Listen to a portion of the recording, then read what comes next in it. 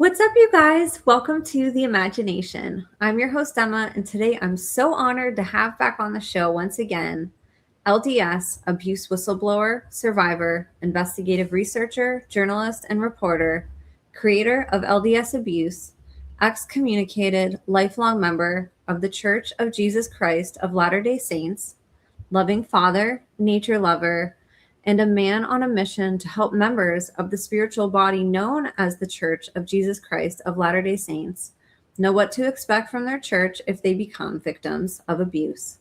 Justin Riggs, aka LDS Abuse, if you guys are on social media. In case you're new here, if you missed any of Justin's previous episodes, especially the very last one, here is a quick recap to catch you up, as well as a little teaser of what we will be discussing today. Justin, also known as LDS Abuse across social media platforms, has become a singular voice for truth in the quiet corridors of history and the hidden vaults of institutional records. What began as personal curiosity about how good people could fail victims of abuse evolved into a rigorous, evidence-based mission. This relentless pursuit came at great personal cost. Justin's work led to his excommunication from the Church of Jesus Christ of Latter-day Saints after being a lifelong member. Yet he continues, driven by the conviction that sunlight is the best disinfectant and that secrets only allow abuse to metastasize. His research has connected the dots between ritual abuse allegations, historical infiltration efforts, and the LDS Corporation's prioritization of brand protection, revealing a system where victims are funneled into therapy modalities that undermine legal recourse and where even prophets and apostles have been implicated in shielding perpetrators. Justin stands as a model of intellectual courage and moral clarity. Through painstaking research, he has transformed private pain into public knowledge, given voice to the voiceless, and offered a roadmap for accountability. He carries righteous anger for the victims, especially the children, but refuses to dehumanize even the perpetrators, while acknowledging that most abusers do not repent and that justice still must come. He speaks of chain breakers, and he believes in a God of both justice and mercy. He weeps with survivors, fights alongside them, and extends grace even when it comes at personal cost. He's living proof that one man, armed with the truth and an unbreakable commitment to the vulnerable, can shift the Overton window. He has turned personal trauma into collective awakening. He has transformed whispers into documented history. He's modeled what it means to be a true disciple, not blind obedience, but fierce love that protects the innocent and vulnerable. He's not merely a survivor advocate. He's a researcher whose dedication to facts has become a beacon of hope for all who seek the light in the darkness. The last episode we did centered on the bizarre and atrocious case of Gordon Bowen, a world-famous advertising executive whose alleged decades-long ties to the church leaders, patterns of abuse, financial misconduct, and institutional cover-ups illustrated precisely the systemic failures Justin has spent years documenting. On today's episode, we will be expanding on that discussion and some topics we touched on at the end of that last episode: secret societies and their deeply embedded and occulted ties to the very infrastructure of power, corruption, and ritual abuse cover-ups we witness from the top down in today's society. What starts as a measured examination of quasi-religious oaths, humiliation rituals, and patronage systems becomes a clear-eyed look at why justice for survivors remains so elusive, and why Justin's evidence-based courage continues to light the path forward. Justin remains what he has always been: a survivor who refused to stay silent, a researcher who turned personal cost into collective light, and a beacon for every person still searching for truth in the darkness. His courage continues to shift what is possible. His humanity continues to heal, and his unwavering stand continues to remind us that one dedicated soul, armed with evidence and fierce love for the vulnerable, can help break the chains for generations yet to come. So you guys, without further ado, please help me in welcoming back today's guest of honor, writer, creator, business owner, and content creator, survivor, and whistleblower, victim advocate, voice for the voiceless, courageous warrior, passionate purveyor of truth, and institutional lie detector and dismantler, the one, the only, Justin Riggs. Justin, thank you for coming on again today. It's an honor to have you back. Oh, Emma, thank you so much. I know it's only been a couple weeks, and so I feel so grateful and honored to be back so quickly. So thank you for having me again. I think today's going to be a great show, so I'm excited. I do too, and it's awesome seeing these stories start to make the rounds that you've been researching, watching bigger platforms create videos, seeing you on We Are the People Utah, which if you guys listening aren't following them, you guys should. They're another amazing podcast that covers this type of content we do here. But your work seems like it's starting to roll. The snowball's starting to get bigger. More and more people are starting to jump on board with seeing what you've seen for a long time, which must feel really good for you. Yeah, it's great. I mean, I was just talking to a friend right before the show, and I was telling her that it's hard because I feel like I'm about to lose control of the narrative. For a long time, I was one of only a few people that was willing to talk about Gordon Bowen, and so I was able to sort of tightly control what information was being released and when it was being released. And now we're seeing some of these larger platforms pick it up, and I realize that like I'm not going to get to tell this story for much longer. So now I'm going to start telling this new story, Emma, and I'm going to go back to controlling the narrative if I can. But honestly, like I mean, you know, as you talked about in the intro, what we're going to talk about today, is really like the underlying substructure of why we see the Gordon Bowen situations, in my opinion. And so I'm really excited to like start broadening. If people are open now to the idea that like the church shouldn't be affiliating with men like Gordon Bowen. Have you heard of the Mormon Jeffrey Epstein? Let's talk about Gordon Bowen, a man who's also been coined as the Punisher for his obsession with torture. Gordon created advertisements for many influential people and companies, such as George Bush, Mitt Romney, Coca-Cola, Disney, Crayola, and Staples. He was constantly moving jobs because of his bizarre sexual behavior. Here are some of the allegations.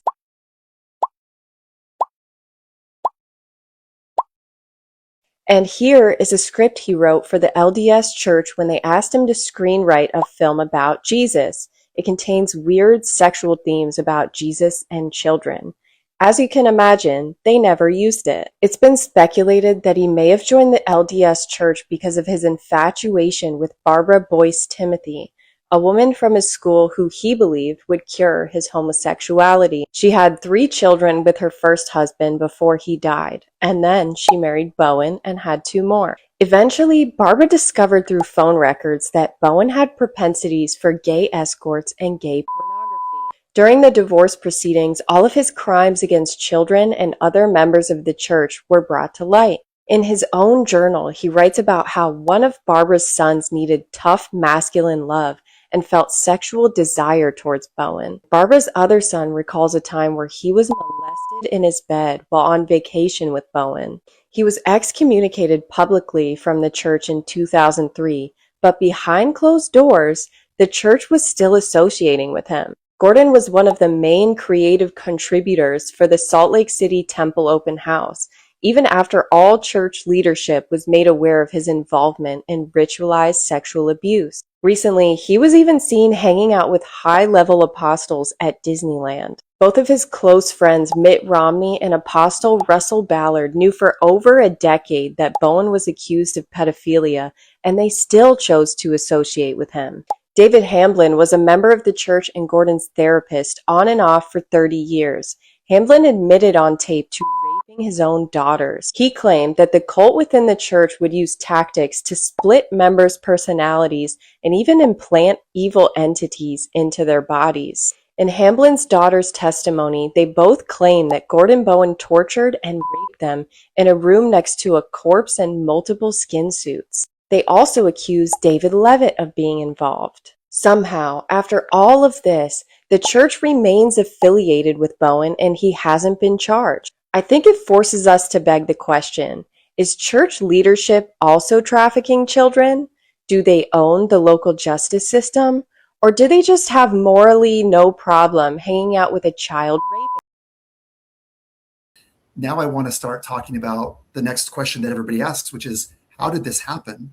And I think that what I'm going to offer today is really explanatory, and that's my opinion. one of the other things that I'm having to talk to a lot of people about is like, I put dots on a page and everybody gets to take those dots and draw lines between the dots and create their own picture of what they think reality looks like. And I'm going to present my version of like how I connect the dots, but everybody else gets to do that for themselves. What we can't argue about are the dots, right? The dots are things that happened in real space and real time. How we process that, how we filter that information, what stories we build around that is up to each of us individually. And I think that's what we're going to see with the Gordon Bowen story really quickly here, is that there's a lot of dots out there, and now people are going to start connecting those in different ways, and we're going to start seeing some really interesting things happen out there as it relates to how that story gets told. So, but yeah, it's an exciting time for me. So, and I just want to say too, despite so many more people jumping on board and wanting to have their own hand and helping share this information, people always know where it began. You were the root of it, and we're all really grateful for all of your years that paved the way for more researchers to have the opportunity to help disperse it further, and it's awesome, and nobody can duplicate that. And the same thing's going to happen with everything that you research. It's always going to be the first, and then other people are going to pick up pieces. And, it's just really cool watching that with you. And one of the things that we were talking about before we came on that I wanted to mention, the work that you do specifically began with talking about the LDS Church and talking about corruption around it, built into it, infiltrated outward from it. But what I want the audience to take away from this is that the micro model that you're talking about in a specific state, even with specific organizations, specific people involved, that model is duplicated in every state, in every country, everywhere, all over the world, even in small towns, big cities. And it's not even just in a church. You could take that same model and put it in politics or, elsewhere. But what you start to see is that these webs extend outward, and the connections just keep going and going and going. And so that's what I really love about your research, Justin, is that it helps us understand the world on a macro scale from looking at a model on a micro scale, because this information, when heard, in just a TikTok video, and not just specifically what you're talking about, just that these topics in general, they're so big that it's really hard for people to wrap their minds around understanding how that fits into the world that they live in. But if you take a pocket of that and you can really break it down in details and with people and where it stretches out to, it's really easy to take that and then start to understand it on a bigger scale. And I think you've really helped open that door for people to have a greater understanding of how this works and is built into our society. Yeah, boy, I love that. And I hope that's true. I hope that, people can take this. The sign of a good hypothesis is that you can take it and you can generalize it. And I think that this hypothesis holds together very well for Utah and Mormonism.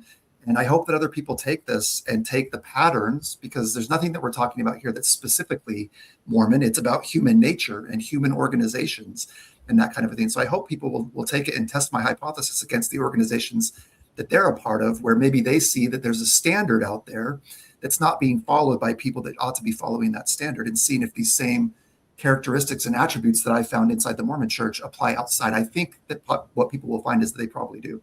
So along those lines, whenever you're ready, we can hop in and I will start presenting this for people to take a look at. Great. All right. So I wanted to start today along what you were talking about, Emma, in terms of like the macro versus the micro, because the reason that this research worked so well is that there's a macro organization called Skull and Bones, and everybody knows about Yale Skull and Bones, and they know that they're this powerful group, and they know they have these very strange initiation rites, and they know that these guys go to the Bohemian Grove and that they have presidents, and that like if you're in Skull and Bones, your chances of success in the worldly sense are way above anything. You have a comparative advantage. But what most people didn't realize, and I didn't realize until a few years ago, is that Yale University chose the University of Utah to start up a second chapter of Skull and Bones there at the University of Utah. And so we can look at the microcosm of the Utah Skull and Bones story and how that all works, and see if it applies across the macro of what we know so much about. And so a lot of people like to accuse me of being, QAnon, Q adjacent. And I did watch Q quite carefully when it first came out, and spent quite a bit of time trying to figure out what was going on there without really coming to any firm conclusions. But I thought today I would start my presentation, but with this symbolism will be their downfall, so that all those people who say that I'm a Q guy can now point to this and put it out there for the world, right? So look at me, I'm a Q guy. So anyway, the point here is that, as you can see, the University of Utah Skull and Bones Society gave this picture to the University of Utah School newspaper for a story that they were doing on Skull and Bones at the University of Utah. And I think what they didn't realize is that somebody was going to come along and look at this and look at it from the symbolic standpoint, not just the literal standpoint. And we've talked about this a little bit in the other show and in a couple of other shows that I've done, but this is so important, okay? And I do have a little bit of new information about this that I want people to understand. So as you can see here, they gave them a picture of a skull sitting on 2 books, or 3 books, actually. You can hardly see the 3rd book, but it's down here. And it's the index of that encyclopedia. And if you just look at it like that, as you're glancing through the paper, you think, oh, okay, cute kids. They have their little club. They have skulls, blah, blah, blah, blah.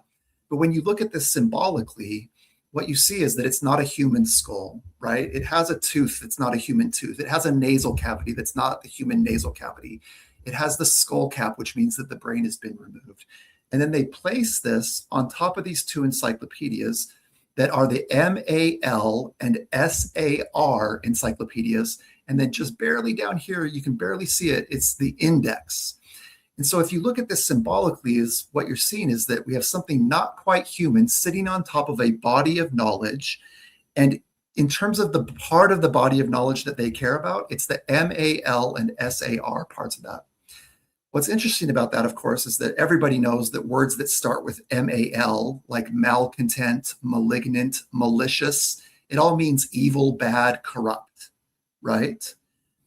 What we just sort of figured out, and I have to really tip my hat to Alexia over at We Are the People of Utah for helping me really figure out what this meant, because I thought it probably meant prince, because in the Hebrew language, SAR means prince. But what Alexia said in our last show is she said, oh, well, so because she's from a Jewish background, and she said, well, Sar Shalom is the Prince of Peace. And so what you have here is the Prince of Evil, right? And what they're basically trying to tell you is we have knowledge about the Prince of Evil, and it turns us into this not quite human sort of thing, okay? And I'm not saying that that's the exact interpretation. The whole purpose of putting things into symbols is for plausible deniability when somebody says that they understand what that symbol means, right? And so I'm sure if you were to talk to some Skull and Bones guy, he'd be like, oh yeah, that has nothing to do with it. But I think it's a pretty compelling explanation for why they gave this particular picture and what they're trying to tell those who are initiated as it relates to like what kind of people we're dealing with, okay? So inside of that, the really surprising thing is that you have members of the Church of Jesus Christ of Latter-day Saints, including all the way up to apostles and prophets, who joined this organization, this University of Utah Skull and Bones Society. And so in my world, you would not expect to see that. And so I've titled today's presentation, Willful Deviants, Utah's Elite and the Roots of Ritual Abuse. And the reason I called it Willful Deviants is what I want to talk today is about standards and deviations from the standard. Because as we talk about taking this outside of Mormonism and applying it to other organizations, every organization has their own set of standards. And then inside of that organization, everybody kind of has to decide how far are we willing to deviate from the standard before we decide that something is good or bad, right or wrong, legal or illegal. And I think like my point in terms of the research that I've done is that my personal feeling, Justin Riggs's worldview, does not include men who deviate from the standards of the teachings of the Church of Jesus Christ of Latter-day Saints to the extent that these men did, and look at it and say, yeah, they're within that range of where we want our people to be. To me, these guys willfully stepped outside the standards and deviated from those standards, in my opinion, for the purpose of gaining power, influence, and gain in business, political, ecclesiastical structures, and so on and so forth. And I think that probably applies across other organizations as well, where you have a standard. Inside of that, a small group of people decides that they want to deviate from the standard. They form a clique, they do some secret things, and all of a sudden they have this distinct advantage that other people don't have. inside of the organization. And I think I can prove fairly conclusively that that's what's happened inside the Church of Jesus Christ of Latter-day Saints. And what I'm interested in moving forward is, does it apply across societies, across the world, right, in terms of human organization and human behavior? So to show that there is a standard inside the Church of Jesus Christ of Latter-day Saints, I actually just received this yesterday from a really good friend of mine. They were going through some old stuff and they said, "Hey, Justin, we just found this book called Priesthood and Church Government. Would you like to see it?" And I said, "Absolutely, I would like to see it." So they sent me some pictures and now they've mailed it to me. So I'll be able to go through this and really establish what the rules are for holding the priesthood in the Church of Jesus Christ of Latter-day Saints, and how church government should look, and compare it to what we see in terms of how these priesthood leaders acted and how they've governed the church. But for today, I just want people to understand that there is a standard. Okay, this book was written under the guidance of the Quorum of the 12 Apostles. It was written by John A. Whitsoe, who we're going to talk about a little bit more in a second. But it's not what they would consider canon of the church, like the scriptures, but it's about as close as you can get to that because it was produced under the eye of the Quorum of the 12 Apostles. So there is a standard, this kind of thing. And then, of course, we have what are called the standard works, which are in the Church of Jesus Christ of Latter-day Saints. That's going to be your Bible, your Book of Mormon, your Doctrine and Covenants, and your Pearl of Great Price, anything that's been canonized, and a few other statements that were voted on as canon by the church. I'm going to go through some of this rather quickly because I know that a lot of your audience isn't Mormon, and some of this is very Mormon specific, but so I'm just going to cover sort of like high level what's going on here, because I know that people don't necessarily want to get down in the weeds.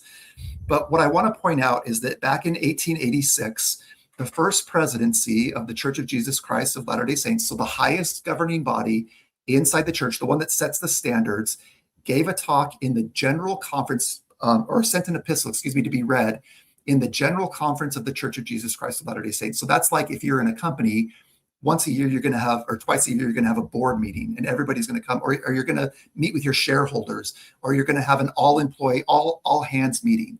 And that's what general conference is. And so they pull everybody together on April 6th, 1886. And the message that the first presidency wanted shared was about a conspiracy to overthrow Mormonism in the state of Utah. So I'm just going to read this. It says, "The scenes which we are now witnessing in this territory are the result of a deep-laid and carefully planned conspiracy, which has been in process of formation for years. Its originators knew the elements they had to deal with, and by cunning contrivance, they have effected a wonderful combination. Religious and irreligious, ministers in sacerdotal robes and atheistic scoffers, businessmen of integrity and blacklegs, temperance men and drunkards, men of strict morality and pimps and harlots are crowded together on the platform they have constructed, and they find no inconvenience from each other's companionship. Each is made to believe it is to his direct interest to combine to destroy Mormonism." Okay. Now, anybody who knows anything about Mormonism knows that what this is mostly talking about is Mormons and polygamy. This is right in the heart of the battle that the church was fighting against the United States of America regarding polygamy. And so I want to acknowledge that a lot of what they're talking about in terms of this conspiracy is the United States government, in their view, infringing upon their liberties to marry who they wanted to, when they wanted to, and to raise families the way that they wanted to. But that wasn't the only thing that they were talking about. They were also talking about concerns that they had about the children being exposed to what's called sophism, okay? They said here, "In Idaho territory, the usurpations of the officers have gone from bad to worse. They there out Herod in that disregard of the people's liberties. One of the latest movements has in view the revocation of all certificates given to school teachers who are members of the Church of Jesus Christ, which means the placing of our children, by the help of our taxes, under the tuition of those who would gladly eradicate from their minds all love and respect for the faith of their fathers. The duty of our people under these circumstances is clear. It is to keep their children away from the influence of the sophisms of infidelity and the vagaries of the sects." So what the leaders of the church are saying is, hey, they're trying to take over our education system and force us to pay them to educate our children the way that the world wants to educate them versus the way that we want to educate them. So it gives us a standard, a baseline of what church leaders expected people to do. And now we can look in a few years and see what happened and whether the church held the line or whether those who were trying to take over the education system were able to do so, okay? And we're going to talk about that in a second. They were also worried about this delusion that members of the church could mix with what they called the Gentiles. And they said, many of the young of both sexes, when all was peace and no war was made upon their parents and friends, seemed to be of the opinion that they could, without any danger to themselves or their faith, be in full fellowship with the world. And I want to stop and I want to really, really have people focus on that statement. Full fellowship with the world, because I think what I'm going to show is that in 1886, church leaders were teaching that you couldn't be in full fellowship with the world. But today, in 2026, the leaders of the Church of Jesus Christ specifically are in full fellowship with the world. And they didn't do what these leaders in 1886 taught, that was the duty, the standard that they were setting out for members of the church, okay? It goes on to say, the names Latter-day Saint and Gentile were alike to them. They appeared to see no reason why they could not be on terms of perfect friendship with both classes. And then here's the important part. They said, every Latter-day Saint of experience knows how dangerous it is for children to stand upon this ground. So if I had to sort of encapsulate that into one sentence, what they were saying is, beware who you associate with. Okay, so now we have a benchmark, a standard.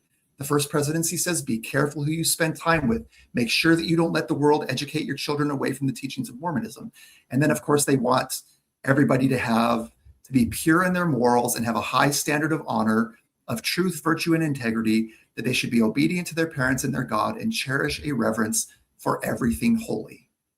So in 1886, the First Presidency lays out several standards for members of the church. And now what we need to do is look and say, did the members of the church follow these standards, or did they deviate from the standards? And if they deviated from the standards, exactly how far did they deviate from the standards? So sort of a spoiler alert is that they deviated extremely far from the standards as far as I'm concerned. And everybody is free to disagree with me about that. But I think today, by the time we're done with this presentation, I'm going to show you that they didn't do any of these things. In fact, they did quite the opposite. Government-run schools became a part of Utah very soon after this, and children were sent to those schools. They really mixed and mingled, especially inside of the Greek living system at the University of Utah between Mormons and Gentiles, and were educated away from their beliefs. And they sort of didn't really they didn't cherish a reverence for everything holy as the brethren had asked them to. The main driver of that was the fact that Utah wanted statehood.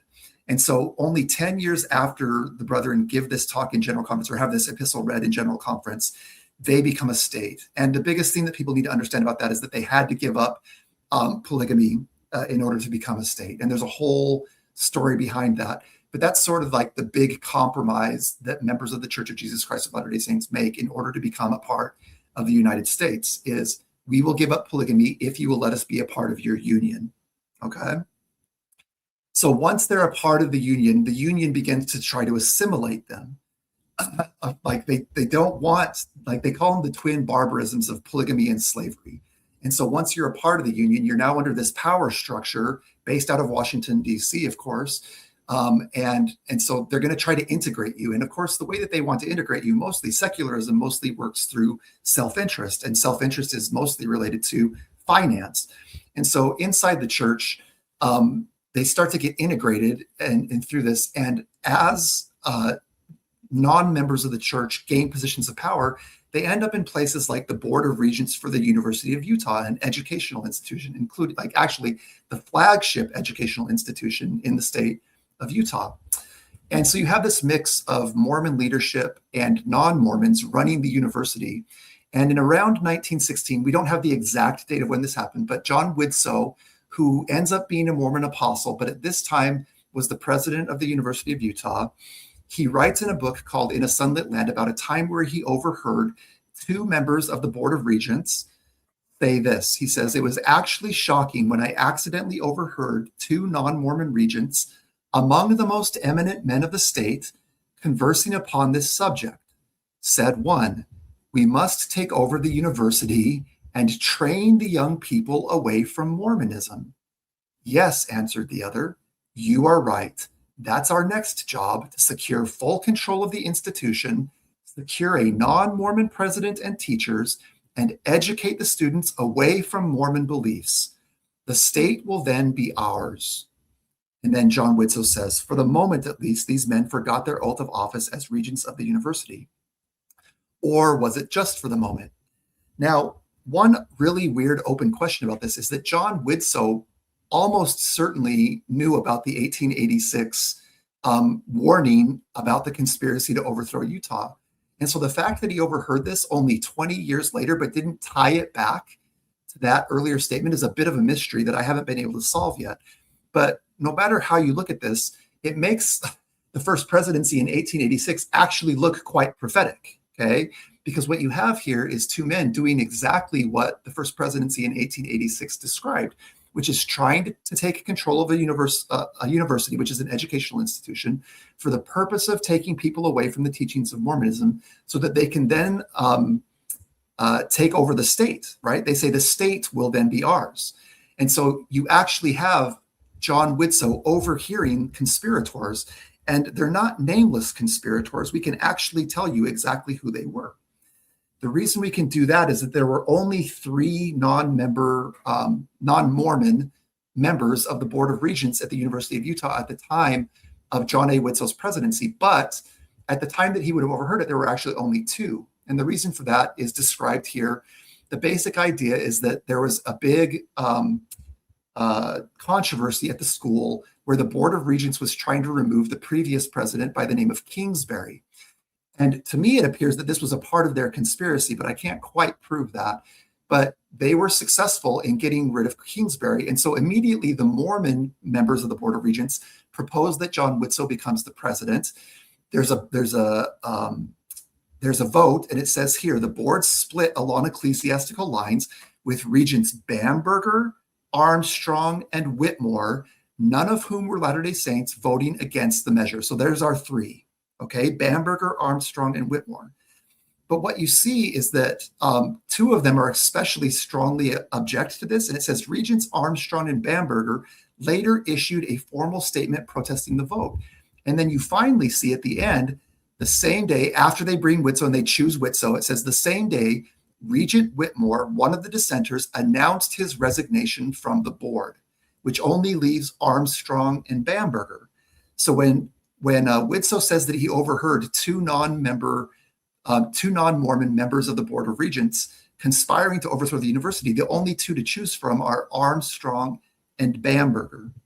I'm not going to spend a lot of time talking about Armstrong, but what people need to understand about Bamberger, the Bamberger family, is the Bamberger family was a Jewish family that came from Bavaria and came into Utah and found a lot of success inside of Utah. In fact, this is Ernest Bamberger that we're talking about as the Board of Regents member, but one of his relatives was actually the first Jewish governor of Utah right around this same time, okay?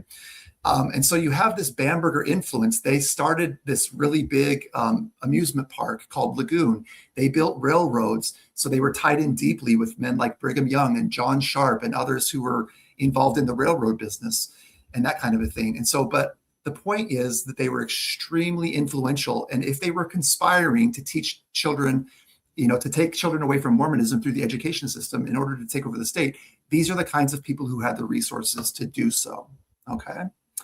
So this last part for the introduction is simply this. My question is, did the eternal devolve into the fraternal? And is the Church of Jesus Christ of Latter-day Saints led by Jesus Christ as they claim, or is it led by elitist, willful deviants?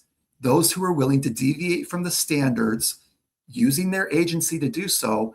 And then the really big question just becomes, is how far they deviated from the standards acceptable to people? That's really the only choice that's left, okay? I'm gonna pause there for just 1 second, Emma, because I've been talking for a while and I wanna make sure that I let you ask any questions that you have or make any comments that you have. One thing I did wanna note, just from listening to survivor interviews on We Are the People Utah, for people who haven't watched that, Justin mentioned a location called the Lagoon. That is sort of like, on this channel, how Disneyland gets brought up a lot. It's a similar type of location that children are allegedly taken to. And so Justin's bringing up all these powerful people involved with that.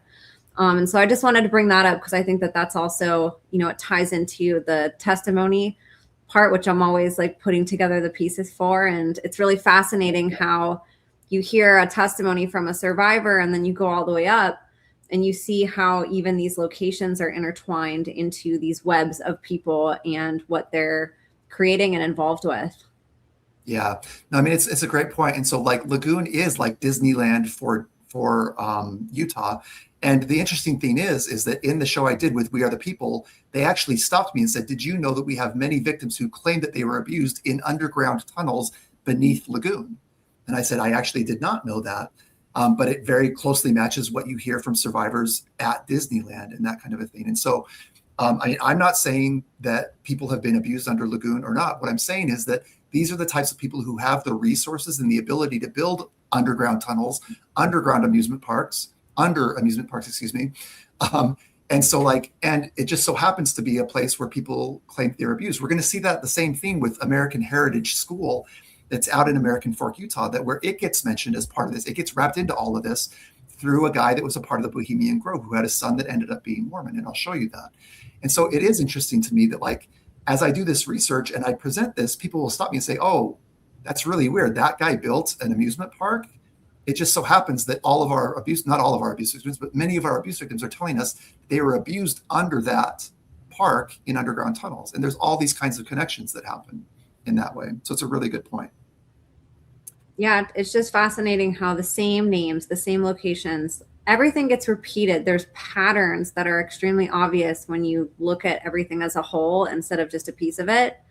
Right. And it's fascinating how you've mentioned these names so many times. And when you actually look at what they're all involved with, it goes all the way to the bottom of what we're hearing from people like survivors and victims that have, alleged that these people are in those abuse circles. Yeah.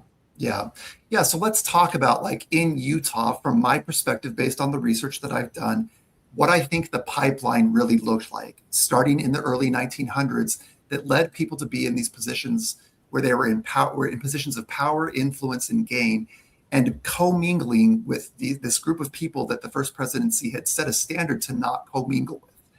And that story really starts in 1904. And I'm going to go really quickly through this because it's really just history.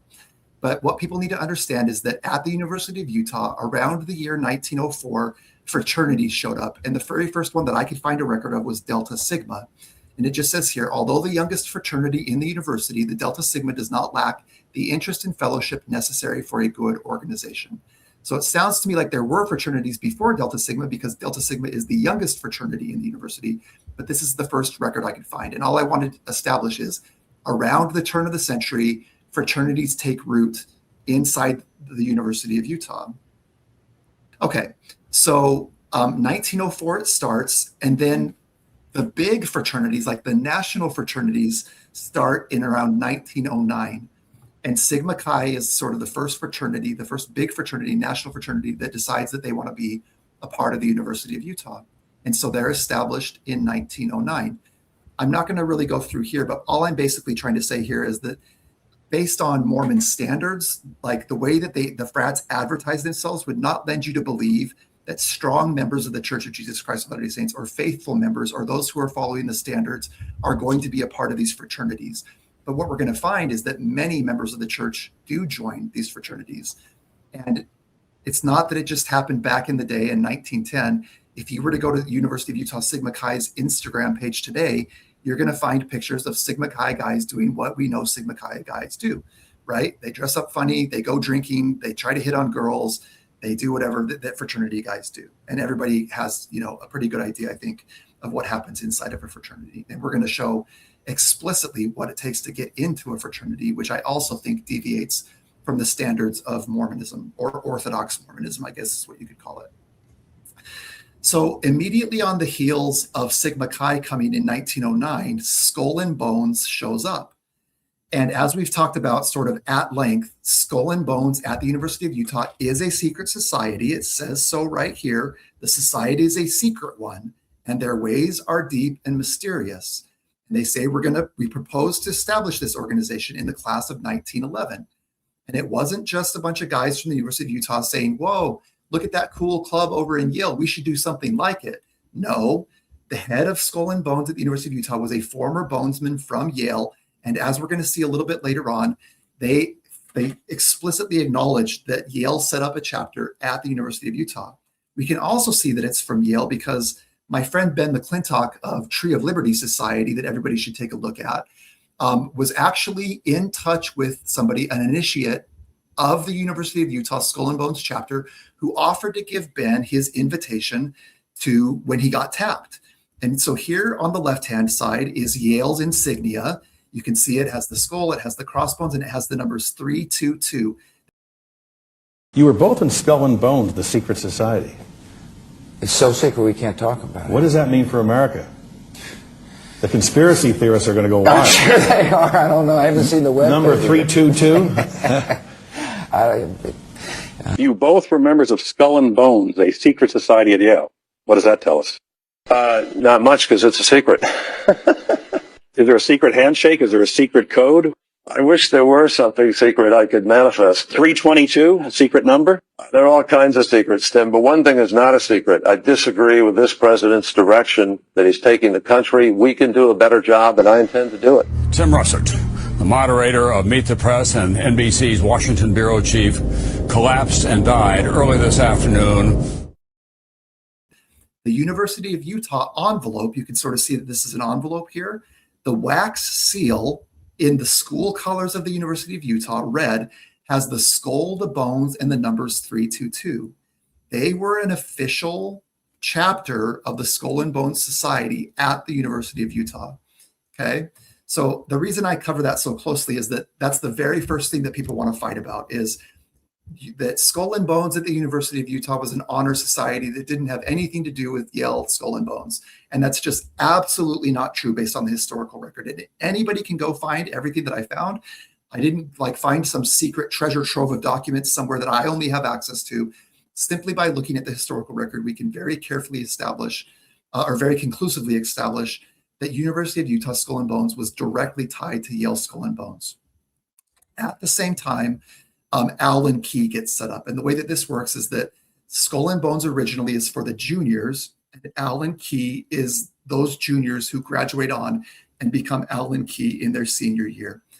And at the University of Utah, there's a little bit of a backstory here, and I don't know that I'm going to really get into it, but sort of the point is these things seem to struggle quite a bit at the University of Utah, to the point where Allen Key, in the 1930s, after Skull and Bones got caught abusing their initiates, everything was kind of dwindling, and Allen Key had to open up membership to people who weren't Skull and Bones.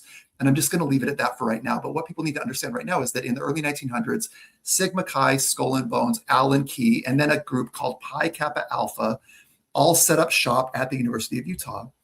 And these are sort of the power players at the University of Utah. And the way that I know that is that when you do the research and you find out who all the members of Skull and Bones were from 1911 through 1970, it ends up that there's an equal amount of Pi Kappa Alpha members and Sigma Chi members, and then a smattering of other fraternities like Beta Theta Pi, and so on and so forth. But it's very, very clear that Sigma Chi and Pi Kappa Alpha were really running the show. And that's really important as we move on with our story, because what we're going to find is that most of these prominent elite Mormons, as we go through the story, we can trace them back to membership in Pi Kappa Alpha or Sigma Chi, who then some of them get passed on to Skull and Bones and Allen Key. At the same time that this is all happening at the University of Utah, there's another major university in Utah called Brigham Young University. And this is sort of like the flagship university for the church inside the state of Utah. And so you even have this sort of split in the state of a secular university at the University of Utah and a religious university at Brigham Young University. But even at the religious university, they didn't have Greek fraternities, but they wanted to be like those guys. And so they created their own fraternal organizations, including one that we need to be aware of, which is called the Goldbrickers or the Sam Hall Society. And what you can see here in this picture is that they were definitely a fraternity, and they were definitely paddling people into the fraternity like the Greeks were paddling their people in, because on their website, they have pictures of all their old paddles that they used to physically abuse their initiates into the brotherhood. A lot of people want to argue with me the same way that they want to argue that Skull and Bones is an honor society. They want to argue that Goldbrickers is not a fraternity, but all you have to do is put it in Google and you'll see it says Former BYU fraternity celebrates 100th anniversary. Student off-campus fraternity struggles to preserve heritage. And then here's the Samuel Hall Society leaving their mark. Okay, so since there's nobody here to argue with me, I'm just going to keep moving. But I just want to point out that this is an actual fraternity. Although it's not Greek living, it is a fraternity. And like I did my last show, and immediately somebody comes in the comments and says, hey, I pledged with Goldbrickers, and those guys weren't cool at all. I brought my non-member girlfriend to an event as I was being initiated, and they had turned a hotel room into a casino, which for those who don't know, gambling is largely frowned upon inside of Mormonism. And so these are guys who don't want to follow the standard and set up a secret society, a social society inside of Brigham Young University so that they can drink and gamble and do the things that they want to do while pretending to be pious members of the Church of Jesus Christ of Latter-day Saints. Okay.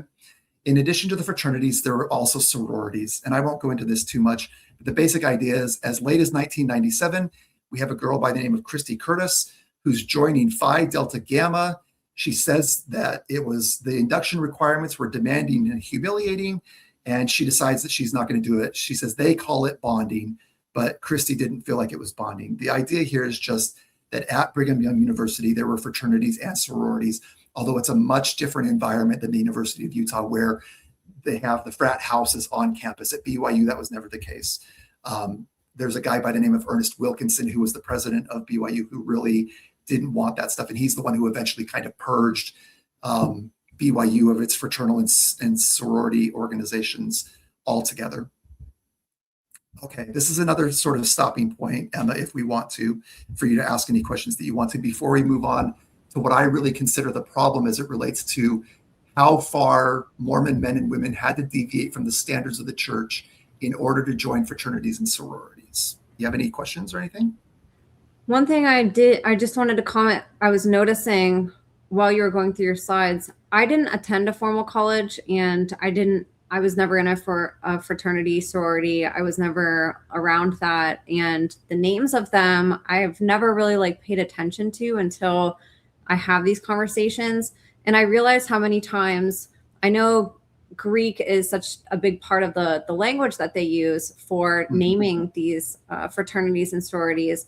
But it's fascinating how often beta, epsilon, theta, all these Greek words that are also MK Ultra programs come up in the names of these fraternities, which are super highly involved and intertwined as well with government mind control families, ritual abuse families. It's fascinating that that's almost like a programming trigger for setting people on a path to go there. They're entering fraternities and sororities with the same names of the programs that they have had their whole lives through MKUltra. So just wanted to comment on that because it's kind of fascinating.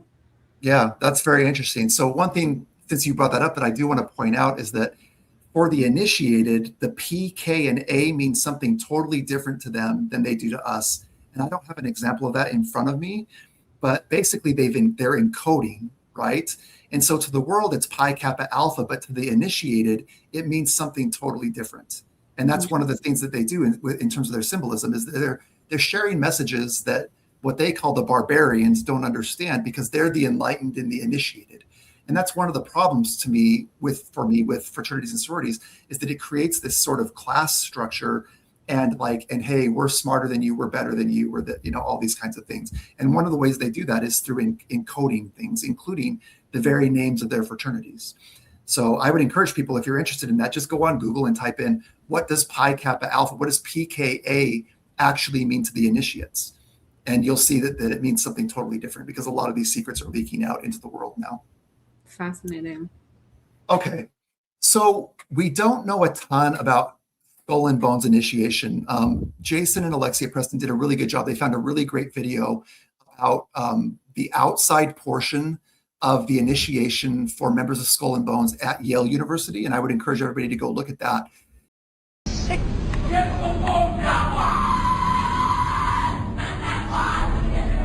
What you're hearing is the first recording ever made of the Skull and Bones initiation ceremony. It has never been broadcast before.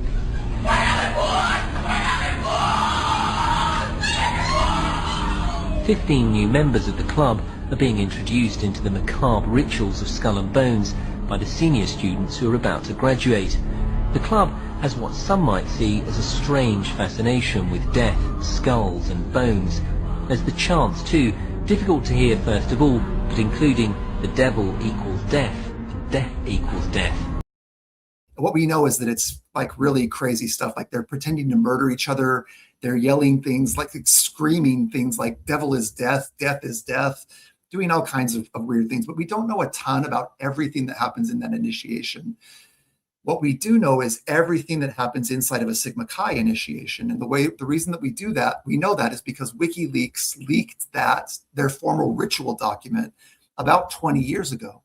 And so we can now look and say, okay, what are these Mormon men doing when they join Sigma Chi or Pi Kappa Alpha or Skull and Bones at the University of Utah? But specifically, we know, what did these guys who joined Sigma Chi do? And does it align with gospel standards, or is it outside of gospel standards? And if it's outside of gospel standards, how far is it outside of gospel standards? And are we comfortable with how far outside of gospel standards these men went? Or do we feel uncomfortable about that, right? So let's go through this a little bit more slowly than we have the other stuff. First thing is to note that it is a secret society.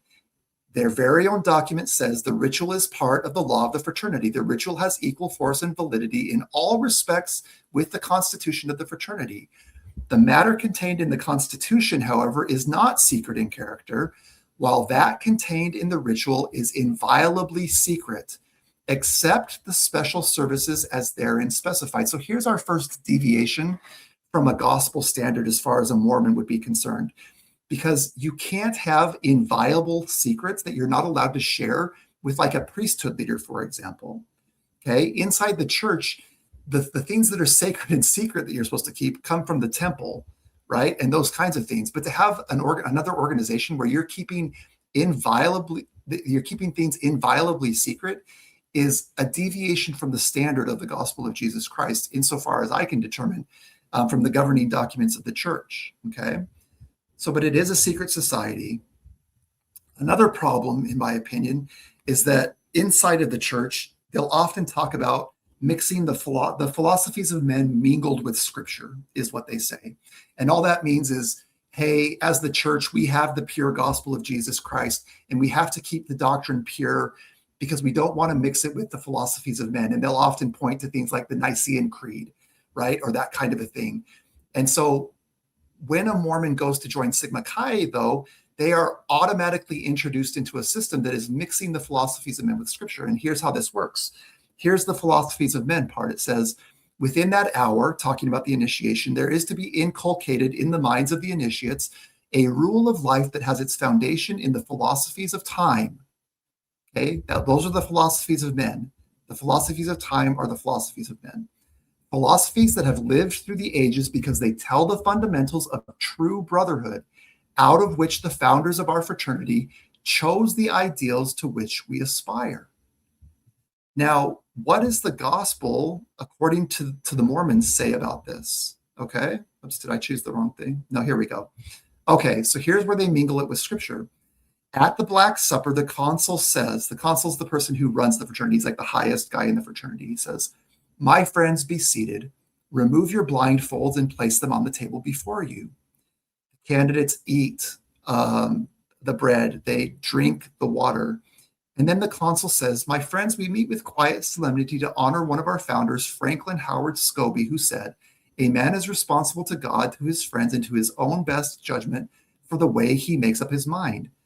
And then they try to do this thing about Jesus. And I'm going to blow it up for everybody to see. It says, "Jesus was the founder and leader of a brotherhood. He chose different types of men from the common walks of life and pledged them to a lifelong devotion to his cause. He met them in secret places. Together they shared certain spiritual truths and practiced noble virtues. In solemn secrecy, Jesus revealed the deepest purposes of his heart. He outlined a philosophy for a good life and announced the ideals for a better society. Secret signs, symbols, and solemn ritual characterized their brotherhood." Okay, and this is the first place that alarm bells should be going off like crazy for members of the Church of Jesus Christ of Latter-day Saints. Because basically what Sigma Chi is trying to establish is that Jesus established a fraternity. And that what they're doing is modeling what Jesus did and trying to draw people in under the auspices of following Jesus's example. Okay. This is like exactly the opposite of what you're taught as a member of the Church of Jesus Christ of Latter-day Saints. And I'm going to show you that here right now.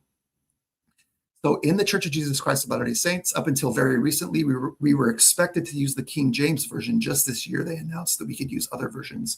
But the King James Version is the version that I grew up on. And here's what Jesus said in the King James Version in John 18:20. Jesus answered him, I spake openly to the world. I ever taught in the synagogue and in the temple, whither the Jews always resort. And in secret have I said nothing.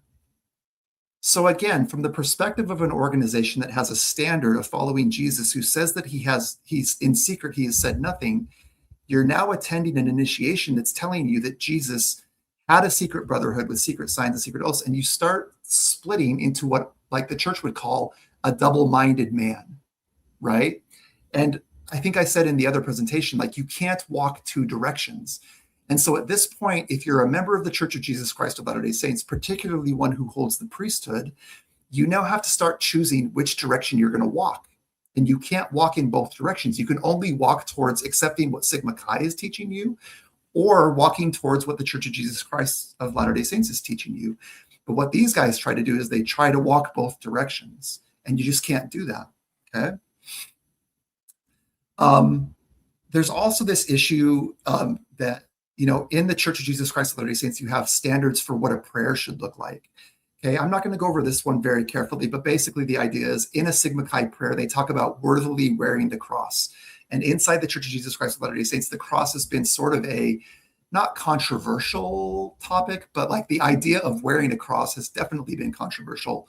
And to the point where like there are no crosses on LDS churches, just like so people can understand. So again, you have Sigma Chi telling you one thing and you have the church telling you another. And as a member of the church who has the priesthood, you have to start choosing between, am I going to do what Sigma Chi wants me? And they're not talking about worthily wearing the cross physically. That's not what they're talking about. But even this idea of symbolically wearing a cross, the Church of Jesus Christ says, look, that's not how we view the cross, right? We view the cross as an instrument of torture and death, and we want to focus on Christ's resurrection and the good news of that resurrection. And so you're just sort of torn philosophically here if you're a member of the church joining Sigma Chi.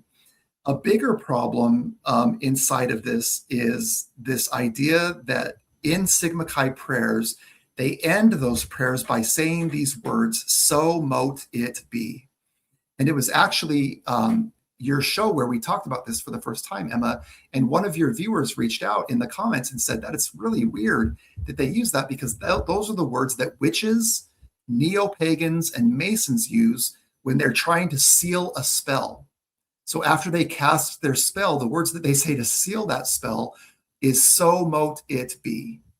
So again, in terms of like this mixing of like the occult and the philosophies of men mingled with scripture versus the pure gospel of Jesus Christ as presented to you by the Church of Jesus Christ of Latter-day Saints, Sigma Chi, as you go through their initiation, is constantly putting you in positions where you have to choose whether you're going to compromise your standards in order to become a part of this brotherhood.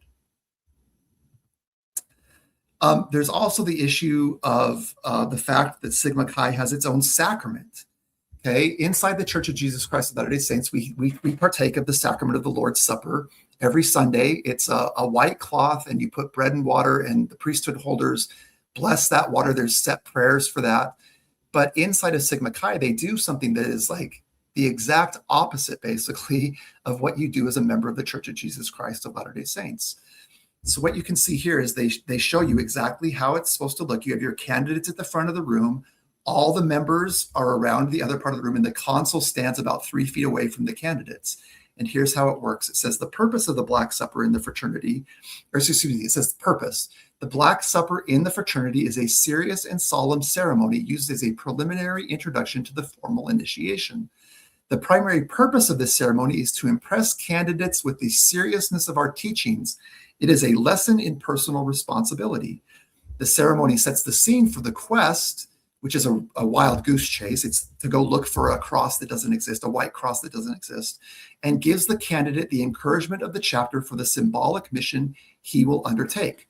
Well, what do you need to do a Black Supper? You need tables, a chair for each candidate, 2 or 3 candles for table, goblets and saucers, black cloth, bread and water, and black robes for members. Ideally, this ceremony should be conducted in a room large enough to accommodate the entire chapter standing at one end as a group and the candidates seated at a long table at the other end. So just as inside of every LDS chapel is what's called a cultural hall.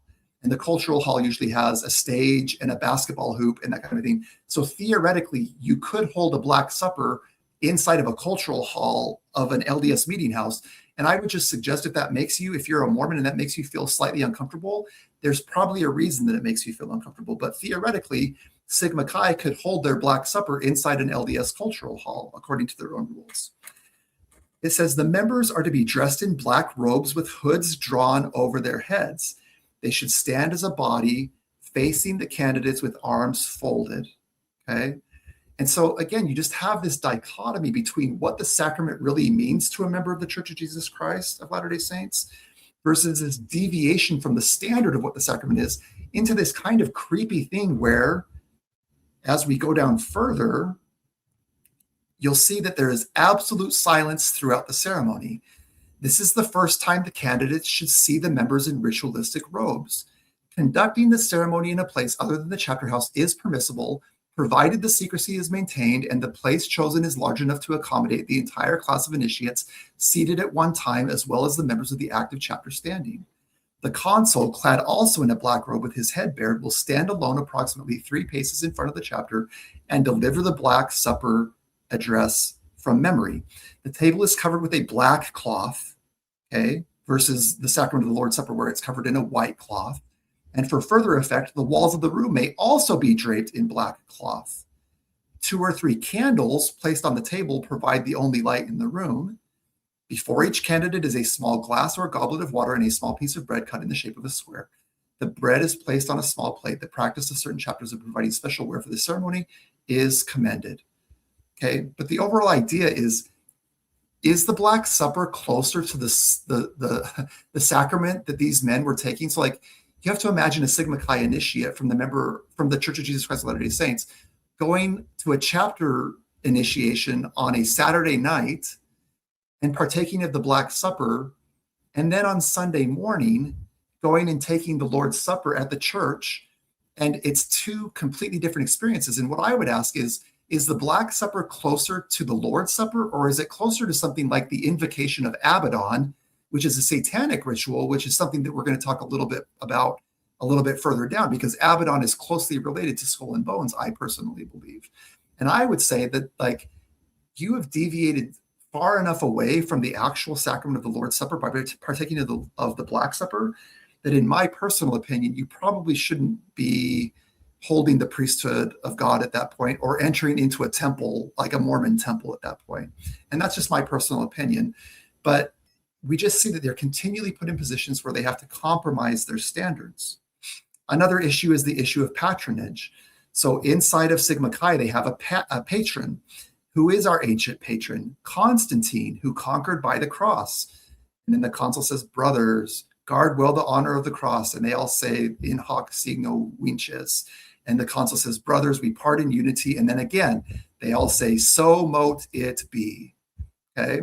So inside the church, in terms of the standard regarding patronage, is inside the church Zion, which is what the church is supposed to be building, there is no patronage. Everybody is equal and you share your things equally. Inside of a patronage network, you have a patron who favors you and gives you things like money or influence or power or gain if you're a part of the patronage network.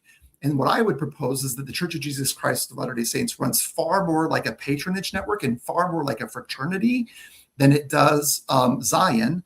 And that's largely because this group of men at the University of Utah from the early 1900s up through the present day have come through this fraternity system and have decided that they like the governance system of fraternities, and they're not really interested in establishing Zion because fraternities do some things very, very well, including this patronage network. which really puts you into a pipeline where you have an advantage over other people in terms of like what career you have and what wife you get to choose and all these different kinds of things. And so, but it's another deviation from the standard. There's also this idea of graven images inside of Sigma Chi. Inside of Sigma Chi, they talk about lift your eyes heavenward and look. Well, first of all, they make you drop to your knees, and then you say, lift your eyes heavenward and look. When disaster was imminent, in my despair, I was inspired to forsake the gods of stone. I besought the God of the Christians for mercy. In answer to my prayer, the white cross appeared unto me in the heavens, and an angel said, thou shalt make a representation of the sign thou hast seen. Of gold and precious stones shalt thou make it. It shall be thine emblem and the emblem of thy followers henceforth and forevermore. So they're talking about this sign of a cross made of gold and precious stones that God is commanding them to make. But what do the standard works say? Right? The standard says, thou shalt not make unto thee any graven image or any likeness of anything that is in heaven above, or that is in the earth beneath, or that is in the water under the earth. That would include a cross, okay? Sigma Chi has its own signs and tokens. One of the interesting things is on a forum where members of the church or ex-members of the church hang out, there are some people who are in fraternities and sororities. And what this woman says is, hey, just so everybody knows, the temple handshake, so inside of a Mormon temple, they have signs and tokens. And she says the temple handshake is nearly identical to the handshake for my sorority. And I think the really critical thing for people to understand here is what we have is a third witness to the fact that both fraternities and the Mormon temple are largely based on Freemasonry, because this temple handshake that's nearly identical in the temple and the sorority is also nearly identical to the handshakes that they do inside of Freemasonry. And so we have sort of a common root to all of these things, none of which is the gospel of Jesus Christ. We have a problem because Sigma Chi members have to enter into what are called death oaths. The death oath in Sigma Chi says this requires more of you than the world requires of other men. Is it still your desire to become a member of this fraternity, knowing that your obligations are of lifelong duration? Okay. The candidates must make an affirmative answer. So no matter what happens in your life, to this day, if you go to the Sigma Chi's terms and conditions page on their website, it says, membership in Sigma Chi is lifelong in duration. You can be expelled for good cause, but you cannot resign or disaffiliate. Once you accept the invitation to membership and proceed through the fraternity's ritualistic initiation, you cannot resign for any reason or circumstances. So they become like, I don't know how to exactly to explain this, but like, I think the best way to describe it is this. Russell M. Nelson, who became the prophet of the Church of Jesus Christ of Latter-day Saints, had a governing body over him, even as the prophet, that would not allow him to disaffiliate from an organization that he had joined as like a 16 or 17. He was really young, like maybe 17, like when he joined Sigma Chi. And because he made that decision when he was 17, even though he was the leader of the Church of Jesus Christ of Latter-day Saints, he still couldn't disaffiliate or resign from Sigma Chi because he had made an oath with them that allowed them to govern over him even more than the Church of Jesus Christ of Latter-day Saints did. And if you can't see the problem of that as a member of the Church of Jesus Christ of Latter-day Saints, I would really ask you to stop, pause this video, take some time and really think about what that means, especially when I show you the kinds of decisions that were being made by these Sigma Chi guys inside the church. The last few things here really have to do with like false traditions. So I talk about Russell M. Nelson. Here's Russell M. Nelson in a picture smiling while they engage in this tradition, this Sigma Chi tradition, where Beverly Felt, or the Sigma Chi sweetheart, gets kissed by every Sigma Chi. Okay, not to get into it too deeply, but this is not up to gospel standards. This is not how men treat women inside the church, or how they're not supposed to. This is not how men are supposed to treat women inside the Church of Jesus Christ of Latter-day Saints, particularly priesthood holders. But in Sigma Chi, Russell M. Nelson, a Melchizedek priesthood holder, is seen in the background grinning from ear to ear as Beverly gets kissed by every member of the fraternity. So to tell people what the standard is regarding that, it says, the wicked one cometh and taketh away light and truth. through disobedience from the children of men and because of the tradition of their fathers. Okay, so in my world, as a former member of the church, when I see this happening, I start thinking about the idea that light and truth is being taken away from the church through disobedience of men like Russell M. Nelson. Okay. There's also this idea of robes. This is a Sigma Chi picture from Utah State University. These are the actual robes that these guys are wearing during the Black Supper and that kind of a thing. And I think really the main points I want to make are that what you have here is a situation of the blind leading the blind. Okay, I was told that this 23 is symbolic of the scapegoat. I don't really know that I exactly understand what that means, but we all know that fraternities call their initiates goats and make them do all kinds of crazy things and bad things related to goats as they're being initiated. And what we can see is that this fraternity brother is blindfolded and he's leading this goat straight off the plank instead of leading him on the path that goes up to the kingdom. And I think that's a really perfect example of like what's happening at fraternities. And it's not that they don't know it. They're the ones who made this picture. They completely understand. They're willfully deviating from the standards that they've been taught and living a different kind of life because that's the kind of life they want to live at this point. In other words, they're kind of rebellious as it relates to Mormons. Okay. So other people in other churches, I don't know what a fraternity is like, but inside of Mormonism, if you join a fraternity and you're doing these things, you're willfully rebelling against the standards that you were taught as a young man or a young woman. To sort of drive this home, there was an article written by a member of Sigma Chi at Michigan State. And I just want to go through this a little bit, where he talks about, he says, like all conformists, we did not think of ourselves as conformists. We were men, individuals and individualists. We knew what we knew. We prized life's lonelier roads. We were hard guys to convince of things. We meant something and we knew it. Yet we also knew how to let down the gates for a good time when the right times came. We knew how to treat a woman, how to confide. We were easy in the company of men. We knew where to draw the line. Imagine our surprise then at finding an entire group of guys who felt as we did about practically everything. Now, notice that he says we knew where to draw the line. But now listen to this. It says our bunch had standards. Okay, we've talked a lot about standards today. Here was the standards for Sigma Chi at Michigan State in 1963. It says to be initiated to Sigma Chi Michigan State 1963, you were still required to pick up a stuffed olive off the chapter room floor using nothing but the naked cheeks of your behind. And while many actives watched and cheered, deliver the olive to a small waiting Dixie cup. You still had to sit 6 hours straight on the hard edge of a hard chair, knees together blindfolded while someone played Ravel's Bolero Fortissimo directly into your ears. You had to do many, many, many painful push-ups. You had to let the older boys scream obscenities and insults into your face, blow cigar smoke in your eyes, and breathe on you until they were tired of it.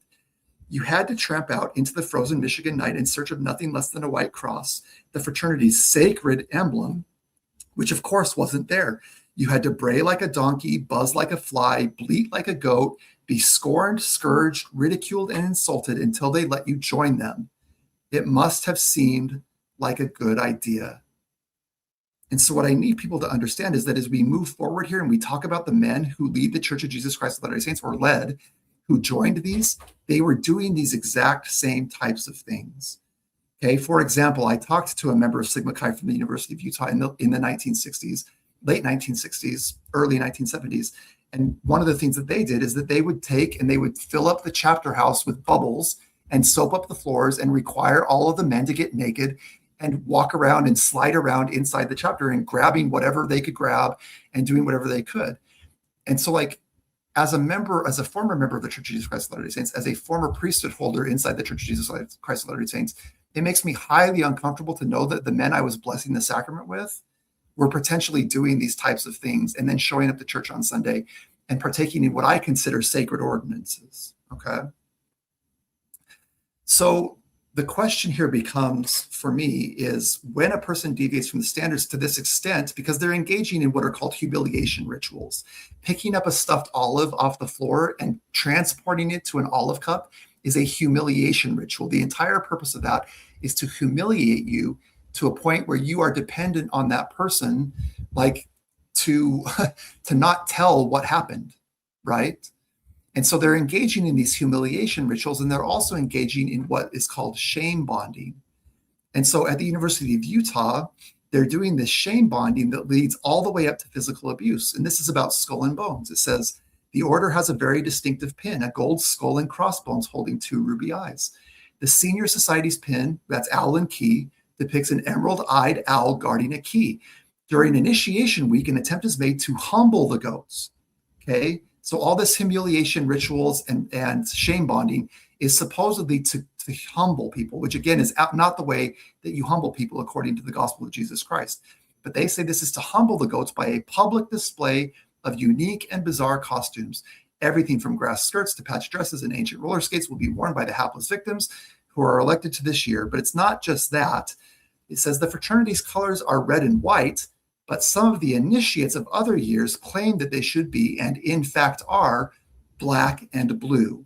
And of course, what they're referring to there is the fact that in order to become a member of Sigma Chi or a member of Skull and Bones, you have to be paddled or beaten into the organization. And so they're saying black and blue for the bruises that they get as they're physically abused in order to become quote unquote brothers or part of the quote unquote brotherhood here. The next question that always comes up in these conversations is hazing a form of ritual abuse? The answer is yes, it is entirely fair and widely accepted by psychologists, legal experts, and advocacy groups to categorize hazing as ritual abuse. So at We Are the People, they talk about like an entirely different kind of ritual abuse. Like they're talking about satanic ritual abuse, which is, I would propose, is one end of the pole. At the other end of the pole, if you want to pick up both sides of that pole, you're going to start with hazing. And I think that fraternities and the hazing, the emotional, mental, spiritual, and physical abuse that they perpetuate against their initiates is what I would consider like the most tame form of ritual abuse, because it happens inside of the ritual process and the initiation and that kind of a thing. So now we have a bunch of men in Utah, at the University of Utah, participating in all these things, deviating so far from the standards that I'm not even sure that you can see the shoreline of the gospel of Jesus Christ anymore. And yet, despite that, they're still going to church on Sunday. And what we're going to see is that they not only are at church, but they get into positions over the years where they're literally leading the church. And then we can observe the fruits of what happened as it related to that, okay? I have just a couple more things. We're going to move from Sigma Chi to Skull and Bones, and then I'm going to stop for questions again or comments.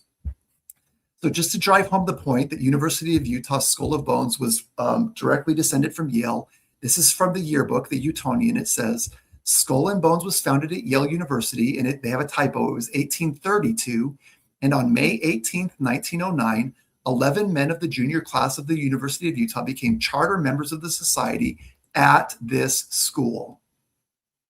Straight from Yale to the University of Utah, okay?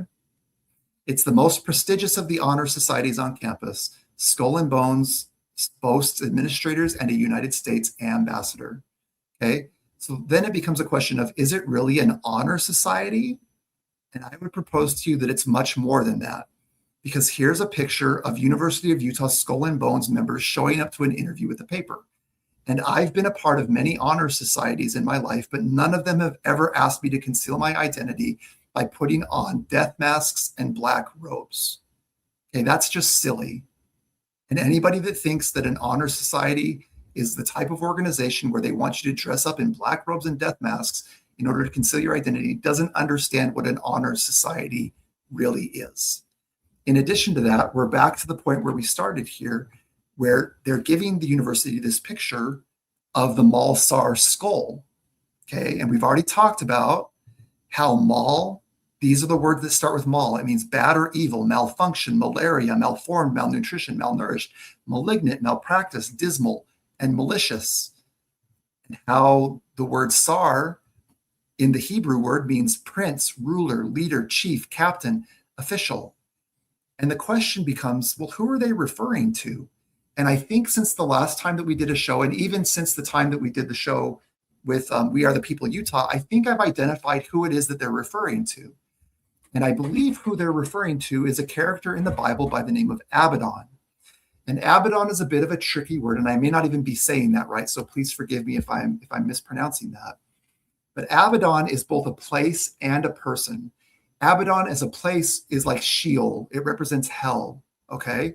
And Abaddon, at least according to apocryphal writings, is, according to the Catholic Encyclopedia, Abaddon is a Hebrew word signifying ruin, destruction, place of destruction, the abyss, realm of the dead. It occurs personified as this and is rendered in Greek by this, denoting the angel prince of hell, the minister of death, and the author of havoc on earth.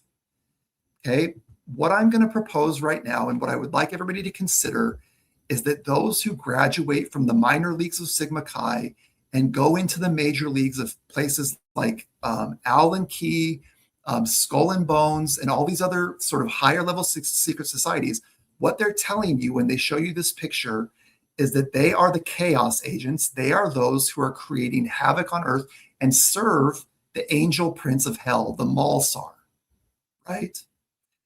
So I don't know of anybody else that has proposed this or believes this, and I'm open to people like sort of fighting me about it. It's a conversation that needs to be had.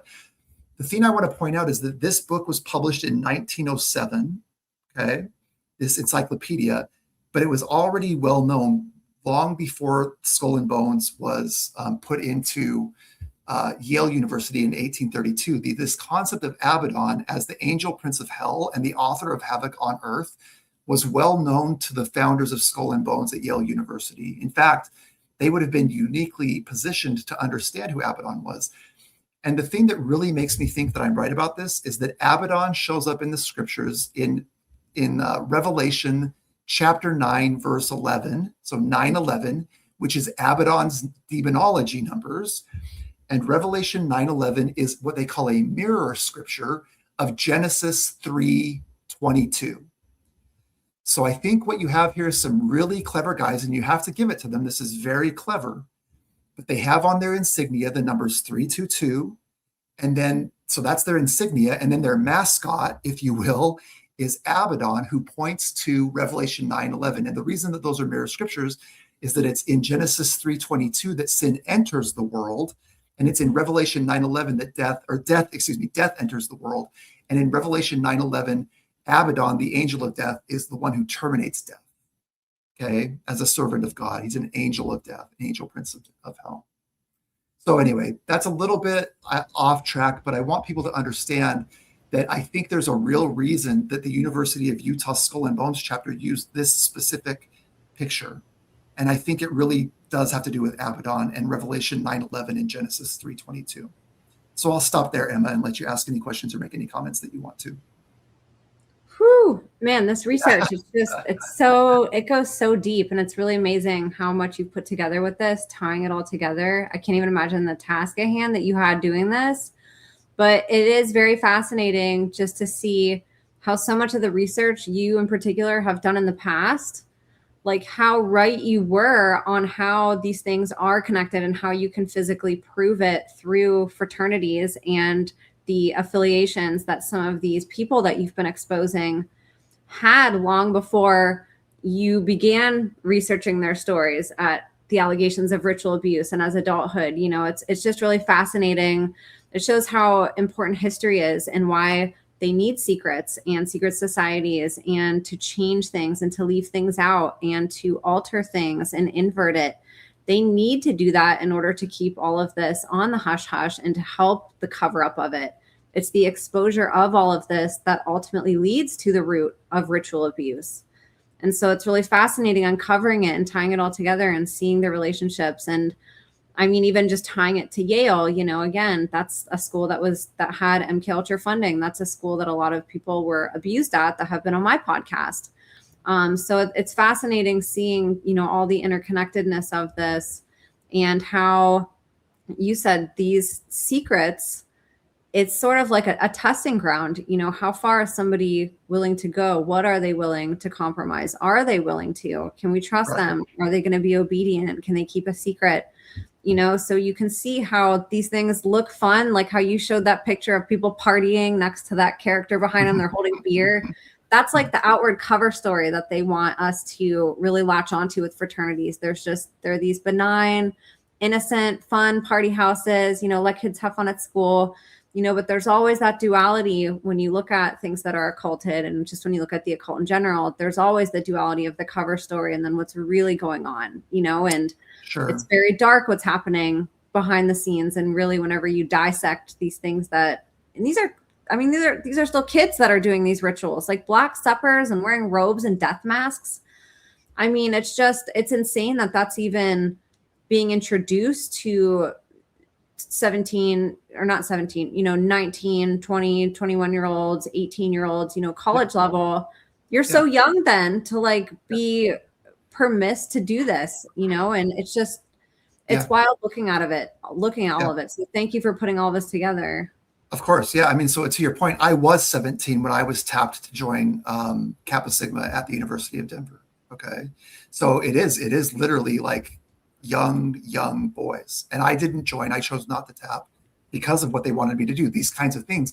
And I think one of the things that's just so weird about this entire journey for me is that I wasn't even really an active member of the Church of Jesus Christ of Latter-day Saints as a 17-year-old boy when I went to the University of Denver, but I had grown up in the church. And when I got tapped to join this fraternity, I saw in front of me a path to power, influence, and gain. But then they're like, hey, we want to touch your private parts. And I was like, I don't think if I ever want to go back to church, this is something I'm going to have to repent of in order to go back to church. And I didn't want that to get in my way of going back to church, because I knew that within a couple of years, I was going to have to make a decision about whether to serve a mission for the Church of Jesus Christ of Latter-day Saints. So there's just sort of this irony that like at 17, I was confronted with this choice and made a choice not to join because of the church, even though I wasn't active, while active members were making the choice to compromise their standards and then ended up leading the church. So anyway, that's sort of like a personal aside, but there's sort of this like weird thing that happened over the course of my life where like I was sort of ready for this research when it came, because I had that opportunity to join this fraternity. I also went to Pepperdine University, where I was working with a bunch of Reaganites, and I had access to the corridors of power. Like my professors worked for Governor Schwarzenegger. My professors worked for foreign countries doing policy analysis. And I got there and I got the same feeling I had when I was ready to join a fraternity of like, if I want to be a member of the church, in order to join this group of people, I'm going to have to compromise my standards in order to have access to that level of power, influence, and gain. And I turned away from that at Pepperdine. I left Pepperdine University. I didn't join a fraternity, only to find out when I was 45 years old that all of these leaders of my church had made the opposite decision and had partaken of the Black Supper and said the secret prayers and pledged Constantine as their patron saint, and then gone to Stanford or Harvard or Yale and made those compromises in order to gain access to the halls of, or these pyramids of power, I guess is what you could call them. And right now, what we're going to do is we're going to look at exactly where this led people to inside the church, like specific people. Okay. And interestingly, too, like you get excommunicated for doing the right thing, for speaking out, for trying to follow the standards of the church. Well, the people that rose were the ones that deviated. That's like literally the people who excommunicated me are these people. So Russell M. Nelson was the president of the church when I was excommunicated. He was Sigma Chi and claims to be Skull and Bones. I know he was Alan Key. I think he lied about being Skull and Bones. Long story, not going to go into it. Elder M. Russell Ballard specifically told me in an email that there weren't secret societies operating inside of the church, which I think technically is true. But at the time, 7 of the 12 members of the Quorum of the 12 were members of Pi Kappa Alpha, Sigma Chi, Skull and Bones, and that kind of a thing. And so like you can say that they like there's no secret society, but secret society members were running the church. So yeah, there's an irony there that like I ended up getting excommunicated by these very men, right? Which is I mean, it's interesting. So, but it is what it is, and we are where we are. So, so let's now look at some historical events. Like in the church, we have this saying, "By their fruits ye shall know them." So we've established that there was a standard set out by the leaders of the church. We've established that there was a group of men and women who chose not to follow that standard and compromised themselves, which does not necessarily mean that they're corrupt, but we know that they compromised their standards. And everybody has their own opinion about like how far they compromise and how comfortable you are with the compromise. But everybody should be able to agree that they compromised their standards to be a part of this. And now we give it a couple decades, and we start seeing the fruits of those choices. And we're going to start with something that's Mormon sort of adjacent and tangential, and that's here at the Bohemian Grove. And its Mormon connection to the Stanford Research Institute. So you mentioned Yale and its MK Ultra connections. Stanford is another university that has lots and lots of MK Ultra connections. And there was one person in particular. This is like a really cool website that shows what percentage of the top companies had Bohemian Grove members as directors and that kind of thing. But what I want to point people to is right here. Down here, it talks about the Stanford Research Institute was originally organized at the Bohemian Grove in 1939. The idea for SRI had been discussed for several years by three Bohemians, Robert E. Swain, Philip Layton, and Dudley Swim. And this is the one I want you to hold on to, is Dudley Swim. Okay? Now, for those, if you don't understand what Bohemian Grove is yet, you really need to go to this website and take a look at it, because what it's going to show you is sort of the organizations like Atlantic Council, the Bilderberg Group, Trilateral Commission, Council on Foreign Relations, the Hoover Institution, Bohemian Club, and the Bechtel Complex, and all the people that are involved with this. And you're going to see that it's the most powerful, wealthy people in the world, okay? And including, you'll see that they actually explicitly show you, can I find it? They actually will, oh yeah, here you go. So this guy, I don't even know who this is, George H. Fow Jr., what? Skull and Bones. So as we're going through this pipeline, you understand that it starts with Sigma Chi, Pi Kappa Alpha, something like that. It goes to Skull and Bones. Once you've graduated, what I'm going to propose is it goes into organizations like Rotary International on the local level. And then depending on how good you are at this, and depending on how much you're willing to compromise your standards, and potentially how much you're willing to corrupt yourself, you end up in places like the Bohemian Club at the Bohemian Grove, where they're burning effigies of children and lighting owls on fire and doing all kinds of strange things, doing things that you would not expect to find Mormons to do. So Dudley Swim himself was not a Mormon, but he lived in a place where he was surrounded by Mormons, and he loved Mormons. And so he actually ends up hiring a man by the name of John Huntsman.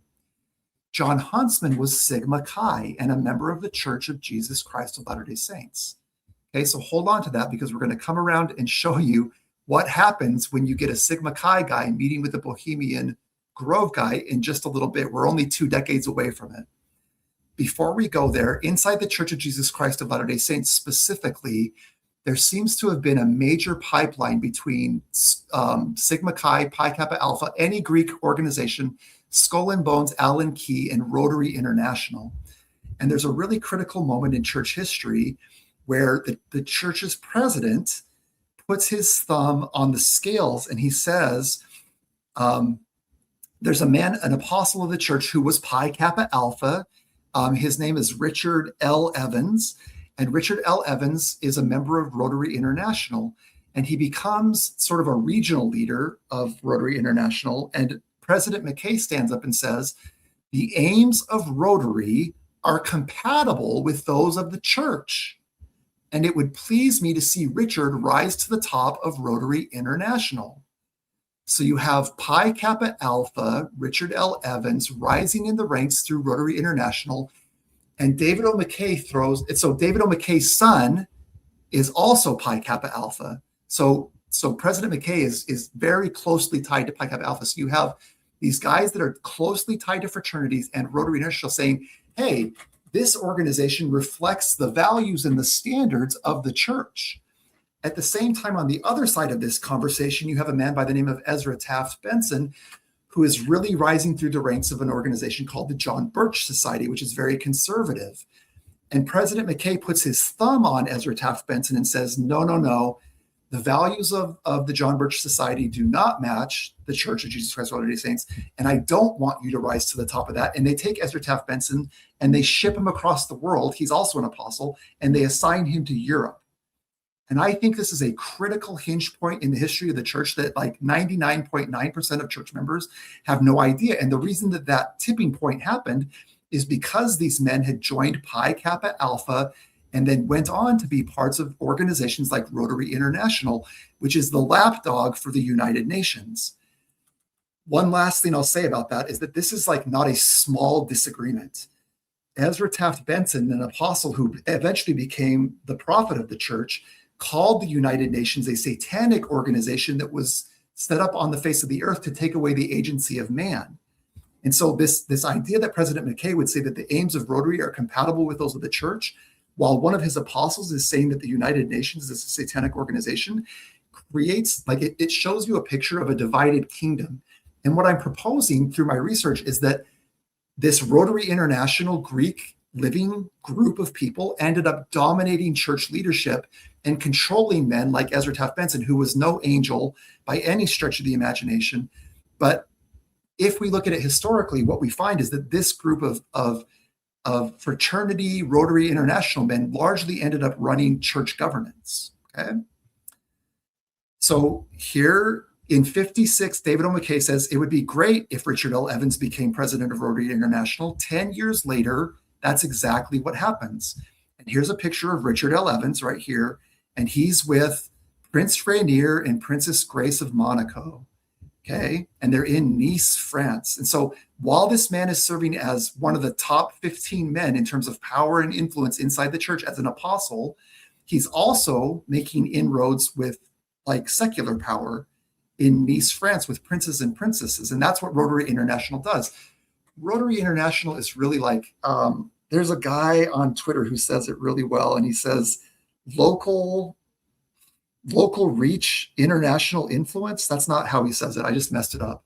But the idea is basically you get a group of really prominent people from your community and you can control that community, but then you're also part of a larger wheel that wields influence across the entire world, including at places like the United Nations. So the Mormon Church is deeply, deeply, deeply embedded in Rotary International through David O. McKay, Richard L. Evans, and a future prophet called Spencer W. Kimball, who we're going to talk about. But before we get there, we're going to talk about Bohemian Grove again. So we already have Dudley Swim, who came up with the idea for Stanford Research Institute. And he has a son by the name of Gaylord Swim, who converts to the Church of Jesus Christ of Latter-day Saints and goes to Brigham Young University and becomes a really important part of this conversation a little bit later on. At the same time, we have a man by the name of David M. Kennedy, who I've done entire 3-hour presentations on, who like magically rises through the ranks of everything that he does. And he ends up being at the Bohemian Grove too. And so David M. Kennedy, the most important thing to understand about him is that he was the chairman of the Continental Illinois Bank, which was the first too big to fail bank, then went on to serve in the Nixon administration as the Secretary of the Treasury. And that Nixon administration is extremely important, as we're going to show here coming up. But you can sort of see this all coming together in terms of like frat boys and people at places like the Bohemian Grove rising through the ranks of Mormon leadership.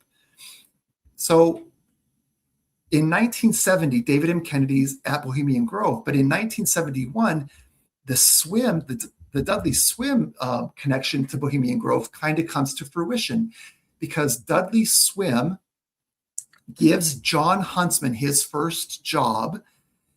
Then Huntsman leaves that job and ends up in the Nixon administration. Okay, in 1971, Huntsman joins the Richard Nixon administration as a White House staff assistant and special assistant to the president. Because of their history, Huntsman acted as a bridge between the White House and the California industrialist, meaning Dudley Swim.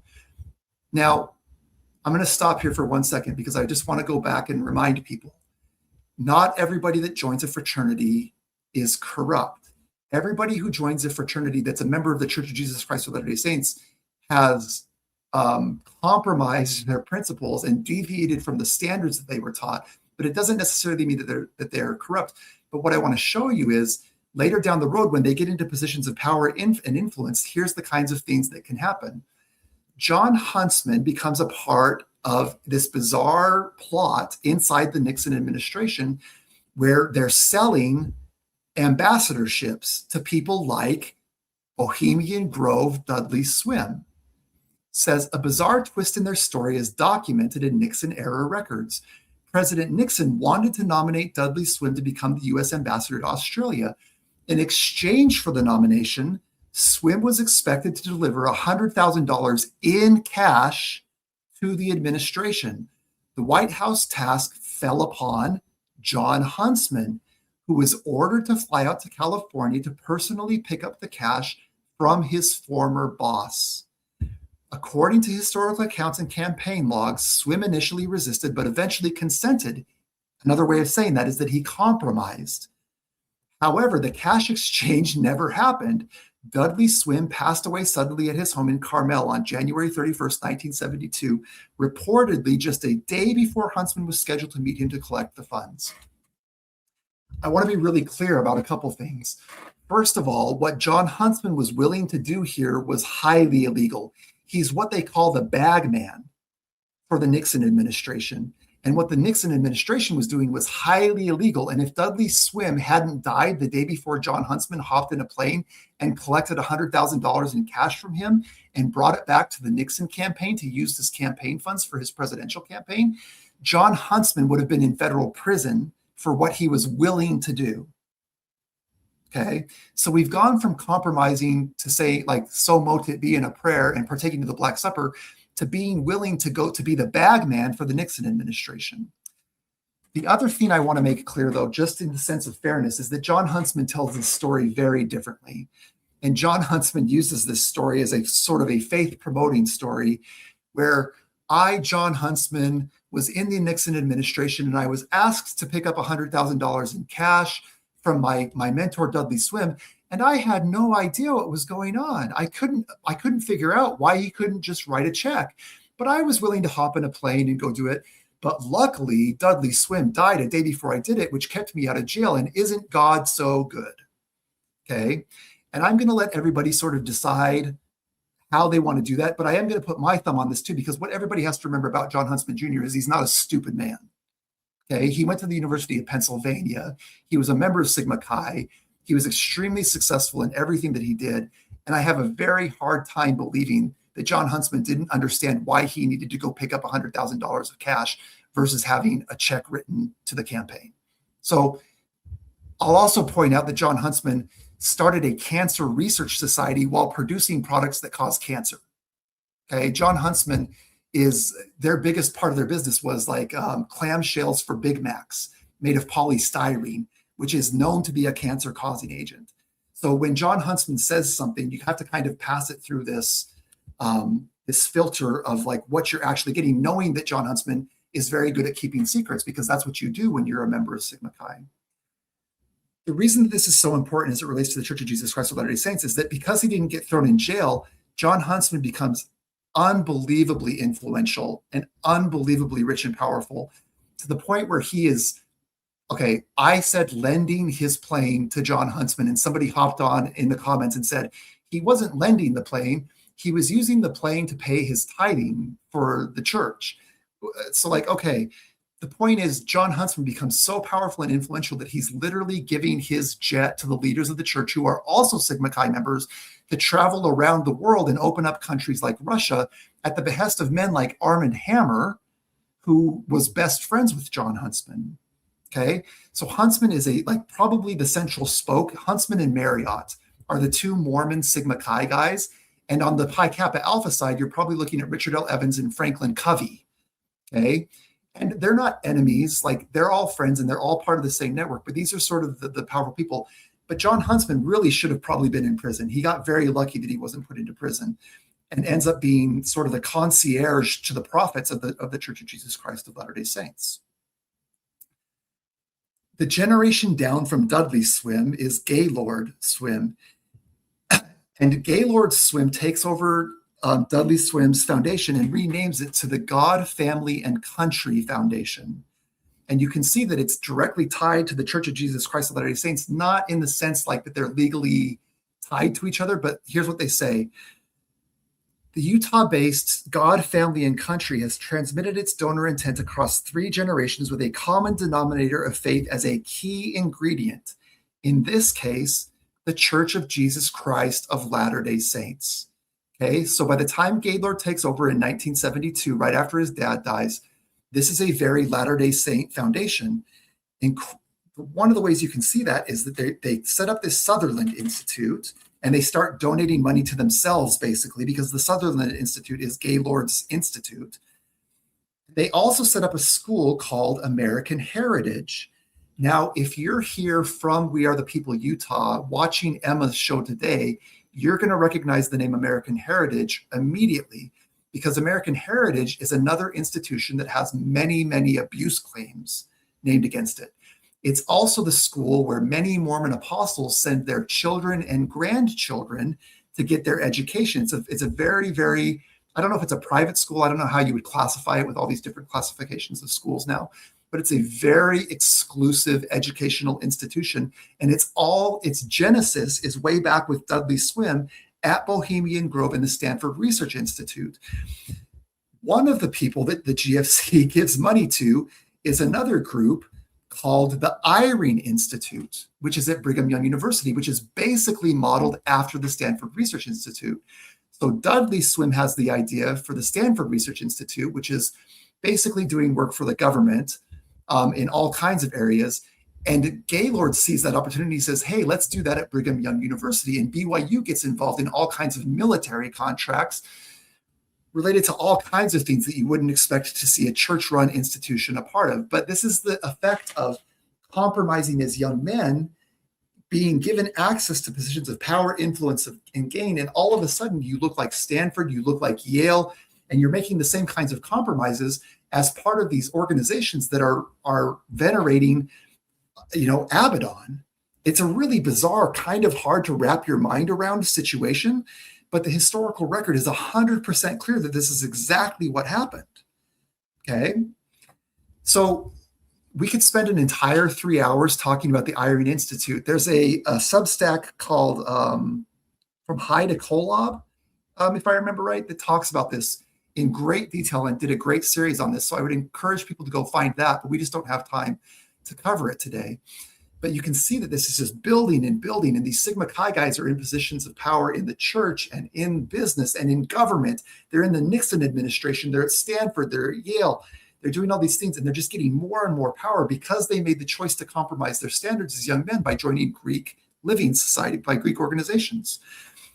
Inside the church, you have Rotary International Rotary International Mormon prophet Spencer W. Kimball, who decides that things aren't progressing fast enough in terms of the growth of the church. The church was largely set up for two purposes, if you read your scriptures. One was for the spreading of the gospel across the world. The second was for the establishment of Zion. Spencer W. Kimball is not happy at all with the pace of the growth of the church in terms of spreading the gospel across the world. So he gives this speech where he talks about lengthening your stride, and at the same time, he sets up several programs. Listen to who is inside of these programs. This says, until the closing decades of the 20th century, Mormon or LDS was a term that meant little or nothing in a vast international arena. Political, religious, and social circumstances inimical to missionary work abetted this situation. However, beginning in 1974, the church mounted 3 unique initiatives to expand the outer edges of its stakes and missions. The appointment of who? David M. Kennedy, the guy who was in Bohemian Grove in 1970 with Ronald Reagan, gets put into the church as the church's ambassador at large. That is not a priesthood calling. Okay, what Spencer W. Kimball does is he sets up this church ambassador at large, and he sets up the International Affairs Office in Washington, D.C., and he puts David Kennedy and a woman by the name of Beverly Campbell in charge of these organizations that are what they call outside of normal priesthood channels right here.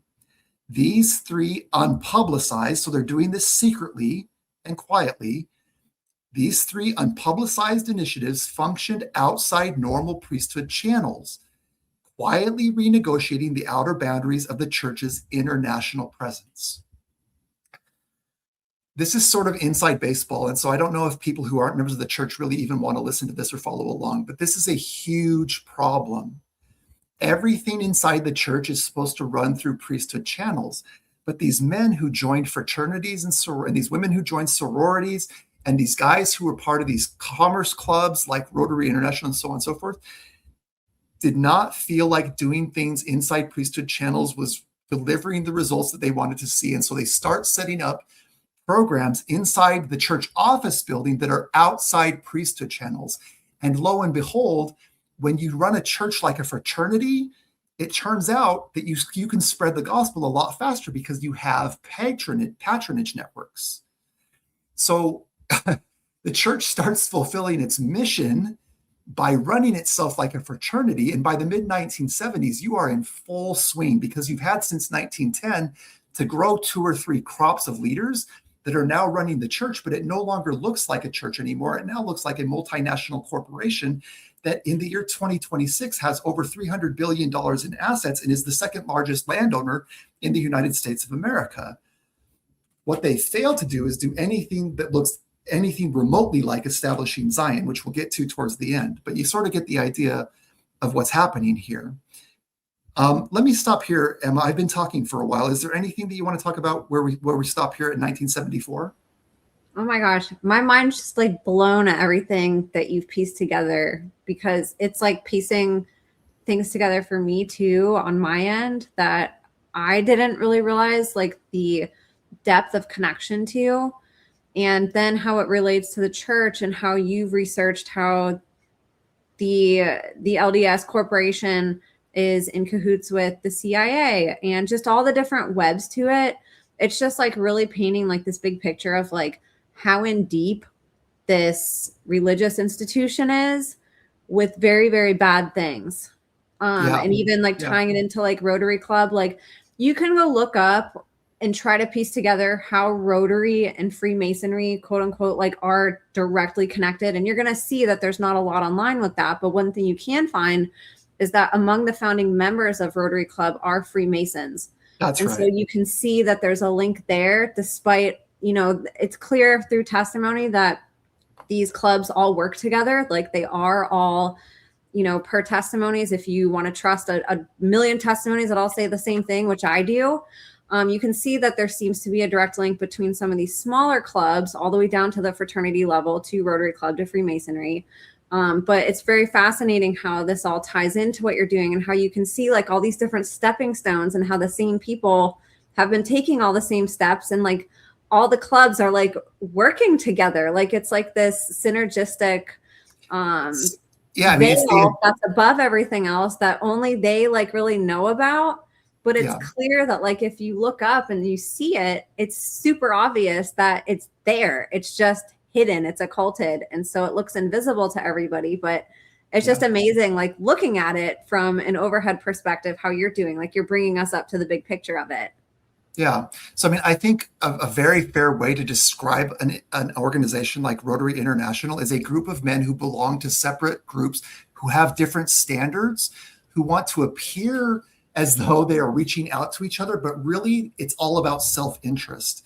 So they don't want to follow the standards of the organizations that they're a part of.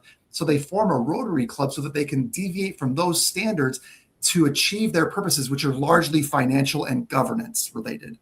And so like, I think that's an extremely fair way to describe Rotary International. And you're going to find, like you said, Freemasons, you're going to find Episcopalians, you're going to find Lutherans, you're going to find Baptists, you're going to find Mormons. But what you're going to find about all of those is they're not the most faithful Mormons.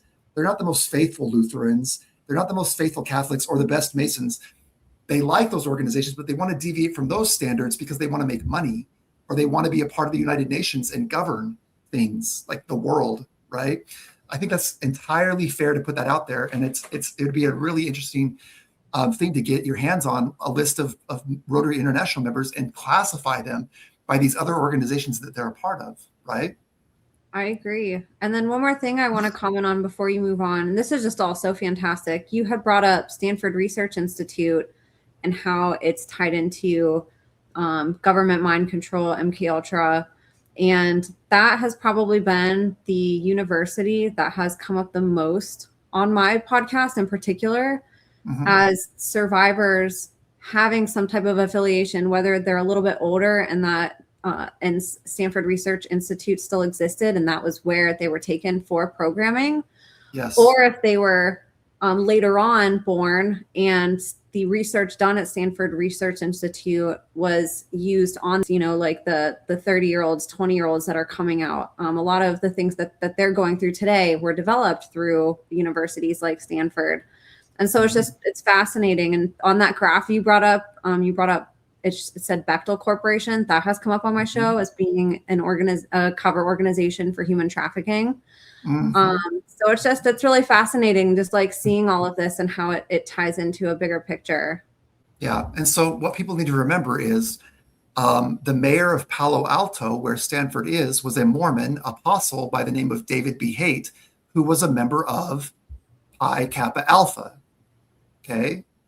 So it just kind of like, it just never ends, right? Everywhere that you have these abuse stories and these MK Ultra things, you're finding, and the whole Stanford thing started with the railroads. Okay. Like it was Leland Stanford that drove the Golden Spike in the Transcontinental Railroad in Salt Lake City. It wasn't Brigham Young, but Brigham Young was the one who made the deals with Leland Stanford and Union Pacific, the Harriman. Harriman was Skull and Bones. So it goes all the way back to the founding of Utah. And then you end up with the Stanford Research Institute and its little mini-me, the Irene Research Institute, and you have Skull and Bones at Yale and it's mini-me in Utah. And Utah is this incredibly important piece of the puzzle. And I think people are just beginning to understand this in 2026 because they see Utah making all these really weird decisions related to immigration and 15-minute cities. And they were so big on the church was so big on vaccination during the pandemic. And what I'm saying is you don't have to be confused about that because we've now done the research that shows, well, yeah, like Stanford Research Institute and Irene Institute look the same because Dudley Swim started Stanford Research Institute and his son Gaylord Swim gave millions of dollars to Irene Research Institute. And yeah, like MK Ultra stuff happens a lot inside the Mormon church because the mayor of Palo Alto, where Stanford is, was David B. Haight, who was a Pi Kappa Alpha member, along with Stephen Covey, and Dudley Swim was funding Stephen Covey's work, right? The 7 Habits of Highly Successful People, as well as the Huntsman work, and it all fits together if you'll just take the time to look at the actual history instead of like a big problem inside the church is that they whitewash all this and they just tell you, we were pilgrims and we're industrious and we stand apart from the world. But what you find is they don't stand apart from the world at all. They are so deeply enmeshed into all of these sort of dirty, nasty things that like I consider are those Aberdonian, if you want to, institutions that are creating chaos and war and trying to control people's minds and overthrow governments. And right in the middle of it is Utah and all of its leaders. And now we've traced it back. We know the genesis of it is the Greek living system at the University of Utah, by and large. Okay. 100%. Yep. All right, let's keep rolling along. This is a long presentation. I appreciate everybody hanging in here. It's so fascinating. It's awesome. Thank you for putting this together. Of course, of course. So in April 1974, Spencer Kimball announces, hey, we're not moving fast enough. I'm going to introduce you to David Kennedy. He's going to help us open up the doors. And of course, he can do that because he was the Treasury Secretary. So he knows all the highest leaders around the world. It's just not through the church anymore. It's now through this program that's outside of priesthood channels. By October of 1974, they're meeting with Nelson Rockefeller, the Vice President of the United States. And Rockefeller is telling them, hey, the Arabs are the world's new capitalists. And who's he talking to? He's there with Wallace F. Bennett. The Bennett family is like the biggest fraternity family inside the Church of Jesus Christ of Latter-day Saints. They're Sigma Chi, they're Pi Kappa Alpha, they're Skull and Bones. And of course, the Bennetts, like they were senators for Utah for years and years. And pretty much anything you can tie to Utah politics is going to go through a Bennett at some point. But that's who Rockefeller is meeting with. He's meeting with, where is it? Here it is. Rotary International Kimball, BYU president and Goldbricker. Remember the Goldbrickers? Dallin Oaks is a Goldbricker, so he was willing to physically abuse people as a youth. Other Mormon leaders. Who else are we talking about? Where is it? It's Garn. Where is Garn? Oh, yeah, here we go. President Ford has scheduled a trip to Salt Lake to campaign for Garn, and Rockefeller leaves this with a Garn for Senate. Garn, what fraternity is he a part of? Sigma Chi. So now you're really seeing this congeal into a very coherent picture and a very easily understandable narrative. The world sees that the Arabs are the world's newest capitalists. Fraternity guy Rockefeller, like Council on Foreign Relations, I don't know if he's Council on Foreign Relations, but he's a part of all of these organizations, comes to Utah, spends time with all the frat boys, the elite Americans, and he's going to clue them in on, hey, this is how this is going to work. And how does that look in Salt Lake City? Well, by 1977, the president of the church is leaving church-related meetings at the temple to meet with CIA assets, the Khashoggi family. Okay? The story behind this is that last year or 2 years ago now, they released Spencer W. Kimball's journals, and I was reviewing them, and I had another researcher reviewing them. And at the end, we compared our page count, and we were one page different. So we had to go through every single page. And what I found is that in my copy, there was a Wednesday, June 8th, 1977 entry that says, held a meeting of the First Presidency at 8 o'clock this morning. At 9:45 a.m., I excused myself from the meeting and met with a Dr. Mohammed Khashoggi and members of his family from Saudi Arabia who are here for the dedication of the new international center that is being erected out west of the Salt Lake City airport. These gentlemen contributed $11 million 2 years ago towards the construction of this center. Okay, this is really important. Who are these gentlemen that contributed $11 million in 1975? Well, I'll tell you who it was. It was Adnan Khashoggi, who was the most notorious CIA asset from the Middle East because he was a gun runner. He was the center of Iran-Contra, the Iran-Contra scandal. And so what you have now is the president of the church leaving church-related meetings to meet with CIA assets who are known drug users, like not drug users, like drug dealers, arms dealers, massive prostitution and human trafficking problems. And this Rotary International president of the church is leading church meetings to meet with the Khashoggis. Not only that, but if you'll remember, one of these programs that they started outside of priesthood channels was run by a woman by the name of Beverly Campbell. And look what Beverly Campbell was doing in 1977. In her memoirs, she says about the sale of a house, we needed to proceed. Our Saudi Arabian investor had put up $50,000 in earnest money. So in 1977, after Nelson Rockefeller tells everybody that the Arabs are the new capitalists, Beverly Campbell, who's running a program for the church that includes buying a house that backs up to CIA's Langley in Virginia that they call the embassy, has Saudi Arabian investors giving her $50,000 in earnest money as a partner to purchase plantation land in Virginia right around the Central Intelligence Agency. So make of that what you will, but I see a pretty, I see like those dots don't seem too hard to connect to me, okay? By 1981, it all kind of blows up. This deal where Adnan Khashoggi was the founder and primary investor of the Triad Center, it all falls apart because he gets caught as an arms dealer as part of the Iran-Contra scandal. The other thing to know about Adnan Khashoggi is that he's a known associate of Jeffrey Epstein. Okay, so one of the first people that Jeffrey Epstein sort of cuddles up to and is doing work with is Adnan Khashoggi. So now you've got sort of a tenuous link between the Church of Jesus Christ of Latter-day Saints and Jeffrey Epstein. But I'm going to show you an even better connection coming up here in just a second. Before we do that, we could ask the question, was the church ignorant about who Adnan Khashoggi was? Or are they complicit in utilizing Adnan Khashoggi to develop Salt Lake City? It says, with these deep ties acknowledged, the probability shifts significantly. If the church's network was that tightly intertwined with federal and intelligence landscape, it forces a different interpretation of the Khashoggi relationship. 1, plausible deniability versus ignorance. Institutional intelligence is compartmentalized. While the First Presidency as a formal body might not have been handed official CIA briefing binders, individuals within the church's leadership and advisor networks almost certainly understood who Khashoggi was, not just as an arms dealer, but as a crucial Western asset in the Middle East. 2, calculated risk. Khashoggi was heavily protected by the U.S. government through the 1970s and early 1980s because of his backroom deals explicitly served U.S. Cold War interests. for Utah and LDS leaders, partnering with a man who was essentially a shadow extension of U.S. foreign policy wasn't seen as a risk. It was viewed as a venture backed by the highest levels of global power. Number 3, the unforeseen betrayal. What likely did blindside leaders wasn't that Khashoggi did backroom deals, but that he got caught in a massive scandal, Iran-Contra, that collapsed his liquidity, forcing a sudden and public bankruptcy.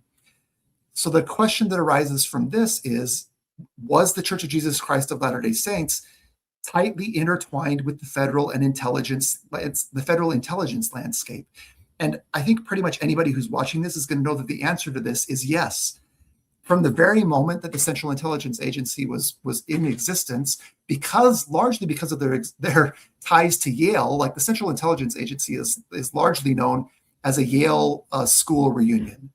But because Utah had such deep ties to Yale, the CIA became a place where a disproportionate number of members of the Church of Jesus Christ of Latter-day Saints became a part of the CIA and the FBI and eventually the NSA and the DHS and anything to do with American intelligence. One document that shows this really quickly comes from 1984, where CIA Office of Personnel Representatives traveled to Brigham Young University to recruit and meet with senior officials of the Mormon Church. Okay, please note, they were meeting with senior officials of the Mormon Church. Those are the apostles of the church who have responsibility for Brigham Young University. They were there to discuss agency recruitment of church members.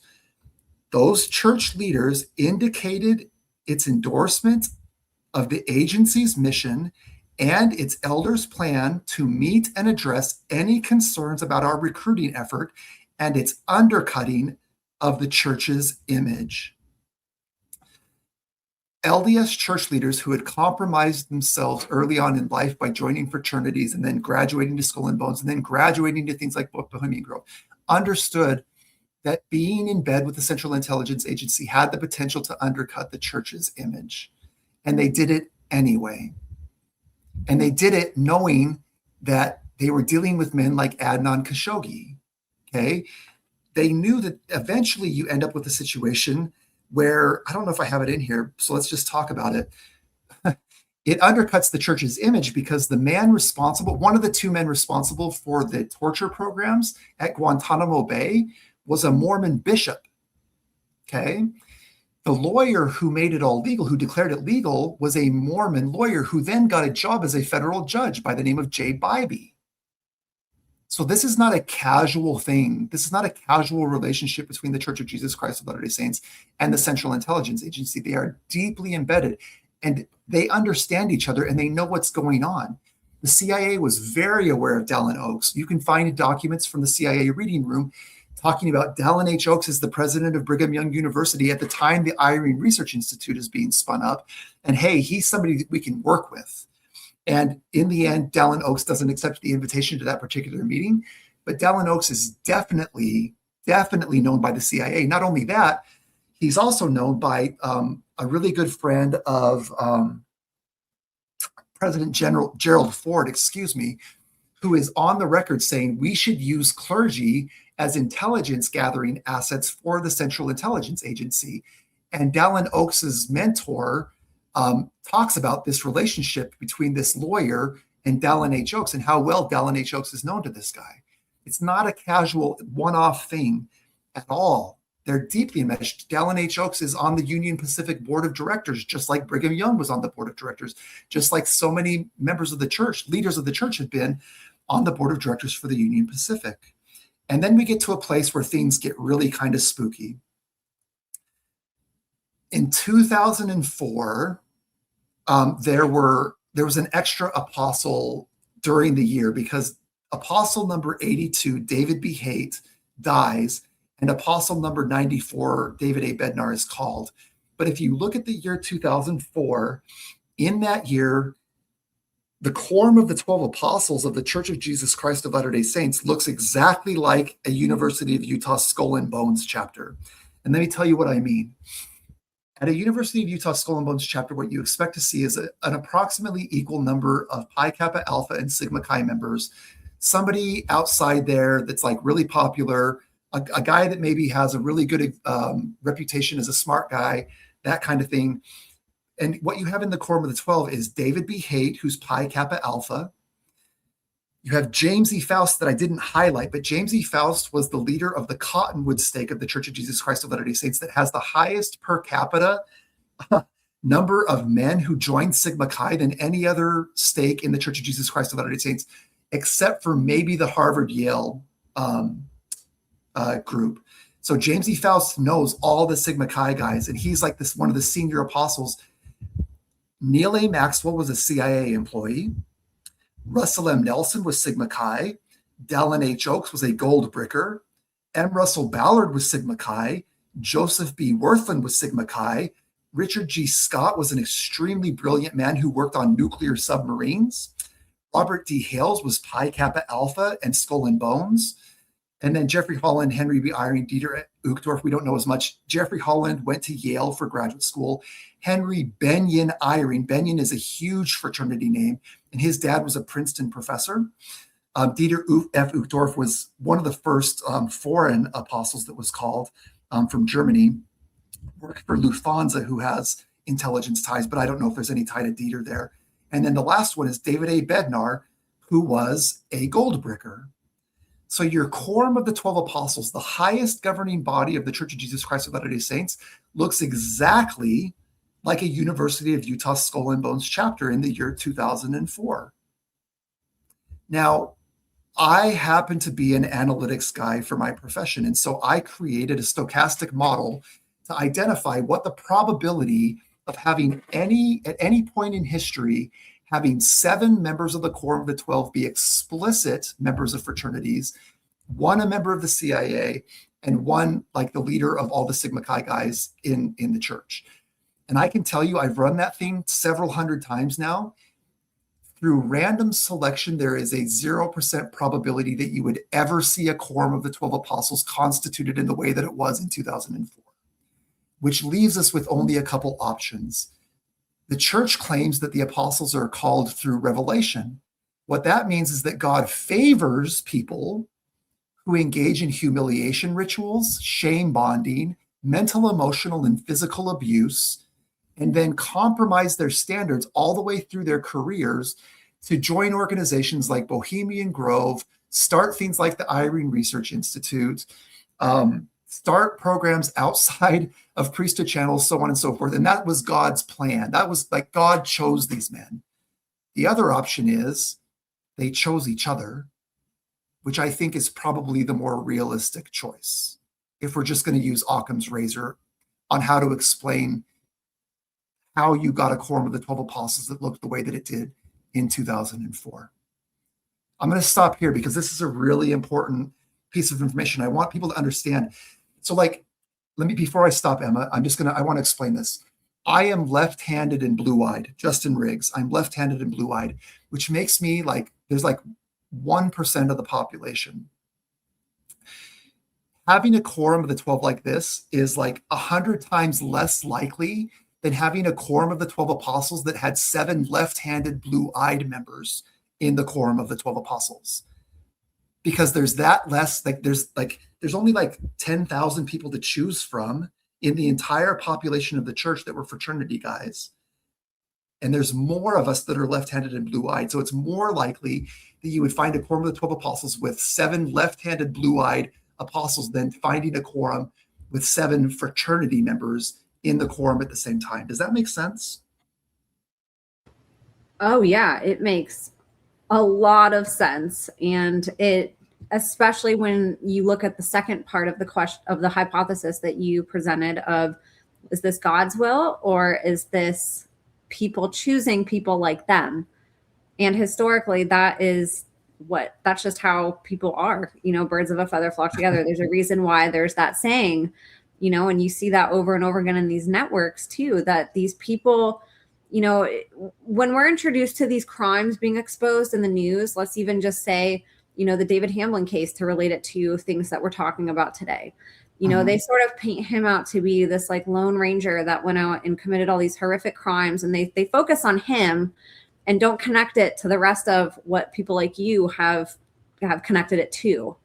And so society has this idea when they see a crime that this one person did these horrible things. What an evil mother effer, you know, thank goodness that they either put him away or exposed him or whatever it is, you know, and now that he's taken care of and he's exposed, we can just wipe our hands clean and get on our way, even with Epstein, you know, and they fail to show the big picture, and that is all by design. But when you look at all of this and you see how intelligent these networks are, like you said, these aren't stupid people, you know, these aren't the homeless people on the street hanging out in the alley waiting to jump out and, you know, steal your wallet and traffic you. Like, these are very resourceful people. You mentioned somebody that was lending a jet or had a jet rented by the church. I mean, these are like very resourceful, wealthy, successful people that have all the resources in the world. And those types of people can do a lot of good. And that's what we always hope. And that's how they present themselves, that they're doing all this good with what they have. But what we find often is that with, you know, you get money in the hands and resources in the hands of the wrong people, and they do the exact opposite with the cover of going to church and doing all these good things, philanthropy through the Freemasons or Rotary Club. You know, they can put on a good mask to make it appear that way. And that's where we see them flocking together. Like, wow, look at this group of upstanding men doing these great things for our church and our community. But when you look at it from this perspective, you see how it's so inverted, and that good people can flock together to do really bad things too, very corrupt and evil things to continue their power and success. Yeah, such a great point. And I think like it's unbalanced. In the case of the Church of Jesus Christ of Latter-day Saints in Utah, what you end up is a very unbalanced situation, because you had two goals. One was to spread the gospel to all the world, and the fraternity guys, they deserve all the credit in the world, because they exploded that. And the church explosive was like the church growth was explosive. The real estate holdings was explosive. All the things that frat guys are good at, the church excelled at during this period, because the guys running the church were frat guys. But there's an entirely other part. There's another goal about establishing Zion. And the thing that frat guys are the worst at is establishing Zion societies, because they believe in shame bonding. They believe in humiliation rituals. They believe in mental and emotional and physical abuse leads to humility, which leads to brotherhood. And that is the exact opposite of what a Zion society is. So what you have now in 2026 is a church that is terribly imbalanced. Okay.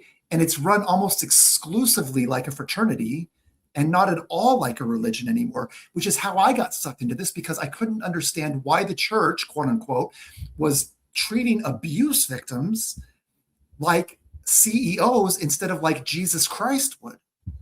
Okay, that's what started this entire thing, is my observation and my lived experience of dealing with church leaders who were acting like frat bros. And I didn't realize it at the time, but that's what they were acting like. They were acting like fraternity brothers instead of representatives of Jesus Christ. And so you just have this terrible imbalance inside this organization. And you start seeing things like ritual abuse comes up inside the church in 1991. Well, who's in charge of looking at ritual abuse? It's Russell M. Nelson, Sigma Chi, and it's James E. Faust, the stake president over all the Sigma Chi guys. If I was a victim of ritual abuse, the last person in the world I would want investigating my ritual abuse would be those two men. Okay?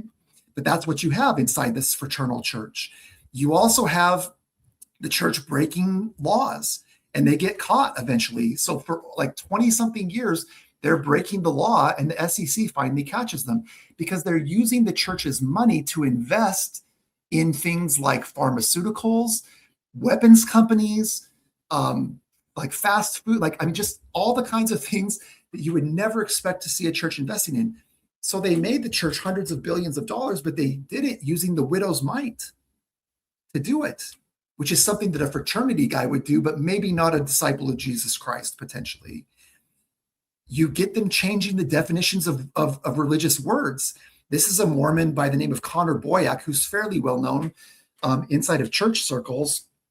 And he made a video not 2 weeks ago about how the church has changed the definition of the word apostasy.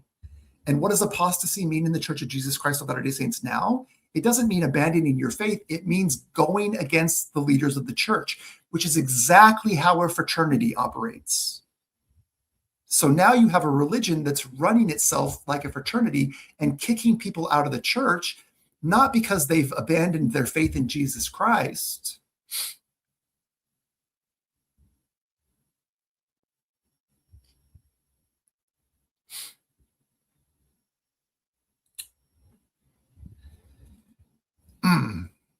Sorry. Very personal. I didn't get kicked out of the Church of Jesus Christ of Latter-day Saints. I was kicked out for apostasy. That's the official reason that I was kicked out of the church. I wasn't kicked out of the church because I lost my faith in Jesus Christ. I was kicked out of the church because I wouldn't follow these men who partook of the Black Supper. I wouldn't follow these men. I wouldn't sustain these men who hopped in bed with the Central Intelligence Agency. I wouldn't fall in line and get in my lane when I started realizing what they were doing and started talking about the fact that they were protecting a sexual predator by the name of Gordon Bowen. So, but because they changed, they have the right to change that definition of the word because they run the church now. Am I truly an apostate? Did I lose my faith in Jesus Christ and the faith that I grew up with?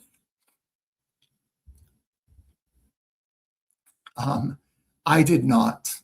But I do not trust these men who run the church or who ran the church during this time period.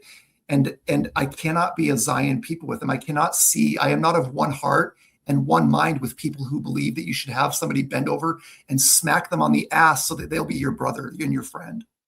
I will never be of one heart and one mind with you.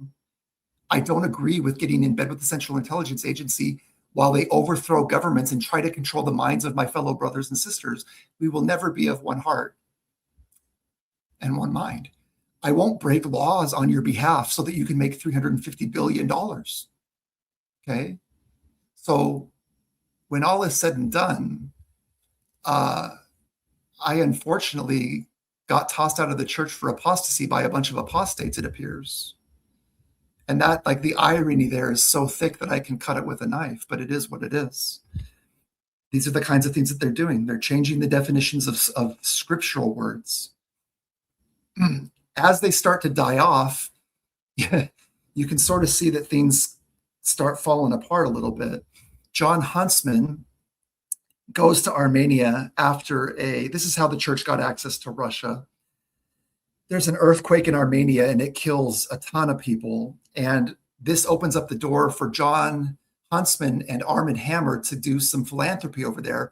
And the church says, hey, John, because they have the Sigma Chi connection and all these government connections, they say, hey, we really need to get in there to preach the gospel. Can we come along? And John Huntsman ends up really regretting this decision, but he lets the church come along and they kind of take over the show. And John Huntsman gets upset about it. He writes about it in his autobiography. Anybody can go read that story. And they set up the church in Armenia, which actually becomes a flourishing community. But when their patron dies, remember patronage?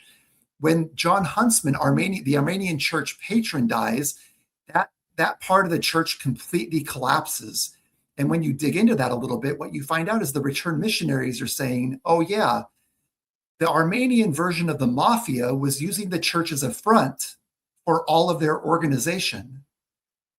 And when their patron dies, the church just completely collapses and goes from having a stick to being three tiny little branches because it wasn't set up properly.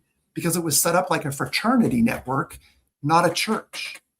Okay, you end up with a prophet, a Sigma Chi / maybe Skull and Bones prophet, Russell M. Nelson, calling the vaccine a literal godsend and telling the members of the church that in order to be quote unquote good global citizens, they need to inject an untested product into their bodies that the church just happens to be invested in at like 4 times what they were invested in it before the pandemic started.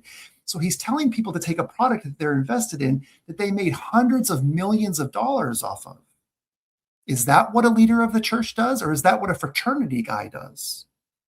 And now you're in this horrible situation, an awful situation where once you know these things, you don't know who to trust anymore, because Russell M. Nelson is famous for saying there are 15 men on the face of this earth that you can trust completely, meaning him and these other guys that all end up being fraternity guys that have been keeping secrets about abuse, shame bonding, humiliation rituals, doing business with the Central Intelligence Agency, meeting with arms dealers, so on and so forth. And now as a member of the church, you're out there looking and you're saying, He says I can trust him, but he's telling me I have to be something called a good global citizen. That sounds a lot like Rotary International and the United Nations, which I was told by another apostle is satanic in nature. And you don't know where to turn anymore. You don't know what to do. And that's really the fruit of these decisions that these men made, is a lack of trust. You also have them going to Disneyland with men like Gordon Bowen, the sexual predator. Here's Gordon Bowen. This is an apostle of the Church of Jesus Christ of Latter-day Saints. His name is Elder Cook. This is an apostle of the church. His name is Dieter Uchtdorf. This we think is an apostle by the name of Elder Anderson. This is an apostle by the name of Gary Stevenson. This man was not an apostle while he was at Disneyland with the sexual predator, but he's an apostle now. His name is Gerald Cosset. He was in charge of all the church's temporal affairs as the presiding bishopric. Okay. So, but why are these men hanging out at Disneyland with a sexual predator? Well, it's because he's a world famous advertising executive that gives them access to all kinds of resources that they wouldn't have if they didn't protect him. But the problem is, this man abused children in the Church of Jesus Christ of Latter-day Saints, the very children that these men are supposed to be protecting. And instead of meeting the needs of the children that he abused, they're telling people that come to them and say, why are you doing that? They're saying, well, we really need Gordon. Gordon is the only one who can help us improve the image of the church. And I would just propose, if you get to a place in your life where you think the only person that can help you improve your image is a sexual predator who preyed on the very children that you were supposed to be protecting, you have lost sight of the goal. The last piece here, and then we're almost done, is we're going to come back to Epstein. I actually have the unredacted version of this, but we've been talking about the Huntsmans a lot. It's not just John Huntsman Sr. that we've been talking about. The next generation down is John Huntsman Jr., who some people might know about. He's been an ambassador, which seems kind of interesting when you realize that his dad was the bag man collecting money for people to become ambassadors. He's also Sigma Chi, and it just so happens that he's in Epstein's Black Book. This is the redacted version of the Black Book. I have the unredacted version.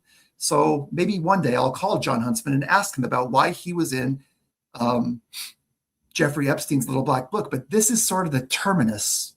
Okay. We started back with church leaders laying out standards, and then we saw a bunch of church leaders not follow those standards. And then we saw things get worse and worse and worse. And where we end is with John Huntsman, Sigma Chi John Huntsman, inside the Black Book, the little Black Book of the worst predator that the world knows about. Probably not the worst predator ever, but the worst one that we've known about in the last decade for sure, Jeffrey Epstein. And that's sort of where our picture wraps up there. Before I do my conclusion here, which is sort of geared towards Mormon people anyway, is there anything else you want to add or any questions that you have, Emma? I just want to commend you, Justin, on your integrity. I think anybody who's watched you over the years, as I have, and as others have followed you, and I'm so grateful that your following's growing, you've never been one to compromise, no matter what. And you have a story of your own. I know you haven't told it on this podcast, but it's out there for people who want to hear it. You could have easily turned into one of these people. And your whole life you have been fighting to do right and to overcome.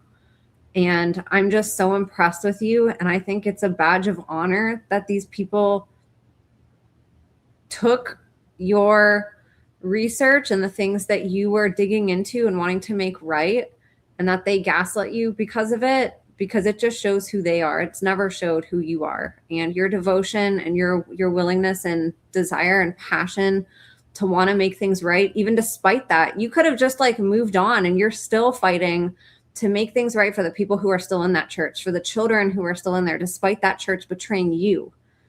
And I just want to commend you on that, because you're right. It is, there does beg the question, is this a church or is this a fraternity? And I think your research makes it very clear what it is. And it also is very sad, because it's almost as if it's like hearing these versions of stories of survivors talking about narcissistic and psychopathic relationships where they idolize their parents or church leaders just to find out that they were abusive. And that's the problem that we have, right? We have been so brainwashed in so many ways to idolize people for who they show us as their cover. And it's heartbreaking for these people who have followed these people their whole lives, who were born into this as you have, to possibly face the fact that people that they admired and that they followed their whole life and looked up to could possibly have even one of their fingers dipped into one of these crimes and corruptions that you and others are now exposing. And you could have easily looked away too and just went with it because this was your beloved home, because this was a place of comfort for you, because this was your community, and you risked everything to help do right, knowing that there's still victims in there that went through things like what you did and what these survivors speaking out did. And I just really want to commend you for that, because there's not many people who would do that. Even the leaders of this damn church would rather shake hands with each other than help protect the innocent and vulnerable. And yet the people that they are excommunicating from the church, you, and I know there's many others that have tried to step up and speak up against one issue or another to make something right in the church, and same outcome for them. You know, you look at Jason and Alexia going through all these lawsuits and being criminalized and gaslit by the church, you know, and it takes a really amazing, incredible person with the highest morality and integrity to still stand up to all of that, knowing that they could lose everything that they know and loved. And I know how passionate you are about this. Nobody loves this church more than you, and they betrayed you in every way, and you still fight tooth and nail to make things right for the people that are still in there, and not in a malicious way, in such like a compassionate and caring way, despite the fact that they tried to criminalize you and make you sound like you were doing wrong. And I'm just like, I'm always so impressed by you. And I just want to shine a light on that, because I hope other people see that, you know, like these presentations are not these malicious things. They're such a deep caring that you bring to the table of knowing that there's still so much suffering happening, and that we can all come together and make, like, we could all come together today and make this right in an afternoon if we wanted to, if we all work together, you know, like it could be restored, and there could be a wonderful place that people could go without having to worry about their children being harmed, or people, you know, hard conversations being excommunicated, you know, like, and I really pray that people continue to rally around you and see that your intentions for doing this are genuine and with integrity, and that you do it because you care so deeply about what this church means to you and what you know it could be. And so I just wanted to take a moment to just shine a light on you, because I get emotional listening to you talk about a lot of this stuff, because I feel that more than anything else. I feel your love and passion for the people in this church and for this organization, despite what they did to you. And I just tip my hat to you. Mm-hmm. I mean, I appreciate that so much, Emma. There's a couple things I want to say as I conclude. I mean, the very first thing is, like, I don't ever want anybody to think that I'm any different, like, than, I mean, like, I appreciate, like, this whole thing about the integrity. I consider myself a person of high integrity. Other people have noticed it. Like, there's a guy who wrote a book, and he put in his forward of that book, he mentions my integrity. And so I appreciate you recognizing that. And like, and I want to, like, I don't want to say, don't say that, but like, what I don't want people to do is like turn me into something that I'm not. Like, I'm a deeply flawed human being. And at some point, a lot of that might come out, because like I'm involved in some really messy situations in my personal life. And there's some people who don't think that I have a lot of integrity, and that all might eventually pour itself out. And what I don't want is people to put me on some sort of pedestal that I don't deserve to be on, only to have that pedestal knocked out by these fraternity guys who are so good at doing that and taking your attention away from the facts that I'm presenting and putting your attention on me as a human being. Like, I am not what's important here at all. What's important here is the history, and whether or not these dots that we've put on the map for you create a coherent picture that looks anything like what I think it looks like. So that's the first thing, is just please, whatever you do, don't put me on any kind of a pedestal, because eventually that pedestal will get kicked out from underneath us. Not because I'm a bad human being, but because, like every other human being on the face of this planet, I've done things that I'm not proud of. That just means you're human. We all have that. That's not just you. Like, we all do, but that doesn't mean that you're not doing things for the right reason and continuing to try to get better and grow and make things right. Yeah. So I think that's the second piece, is that while like those things have happened in my life, like I don't think anybody can question my intent. And it really bothers me when people question my intent, because I am sincerely here for the right reasons. I'm not here to hurt people. I'm not here, like people have started saying, Justin, you're becoming influential. What if people leave the church because of the things that you're saying? And like, all I can say to that is like, I am here to teach people the truth the best way that I know how. And I never expect anybody to do anything based on what I'm putting out here, except to use their God-given gifts and talents and abilities to think it through carefully. And then, like my church taught me, pray about it and take it to the Lord and be like, hey, this guy is putting this stuff out here. It seems kind of real, but kind of crazy. Like, help me, God, know what I need to do about this. So like, I really want people just to do what I was taught growing up. Don't make a decision based on this presentation today. If you're religious, take it, pray about it, because I'm telling you, the definition of truth that I was given as a member of the church is things as they are and things as they were and things as they shall be. And all I want you to do is take that and say, is this how things were? Is this how things are? And how are things going to be if we don't do something about this? And then act according to your own conscience. I am not here to lead people. I don't want a following.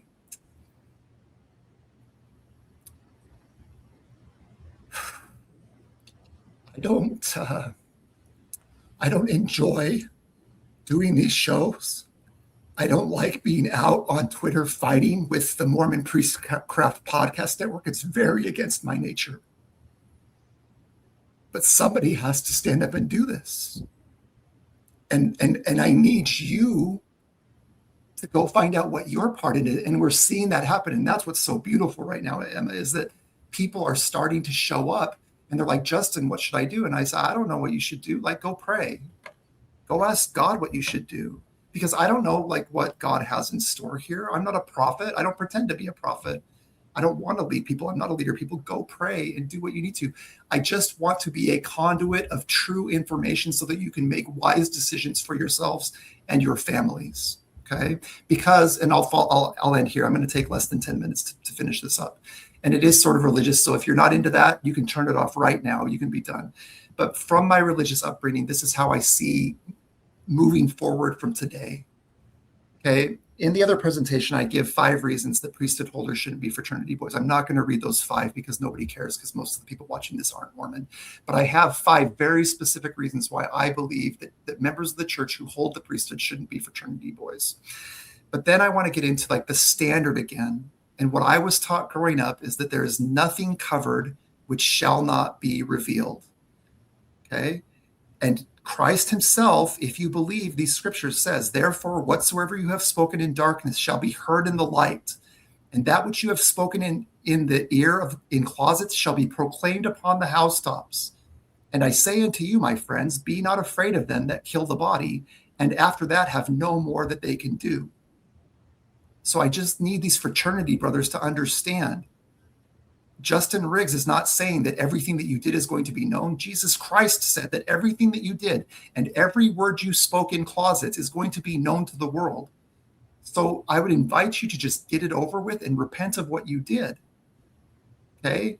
Not that I have the authority to call anybody to repentance, but like if I were them, I'm just saying, if I were in your shoes and I read that scripture, the very first thing I would want to do is tell everybody what happened so that it doesn't get exposed and I can just get on with my life. There's also scripture that talks about how the sinners in Zion are afraid. It says, this is Isaiah, hear ye that are far off, what I have done, and ye that are near acknowledge my might. The sinners in Zion are afraid. Okay, not the sinners in Babylon.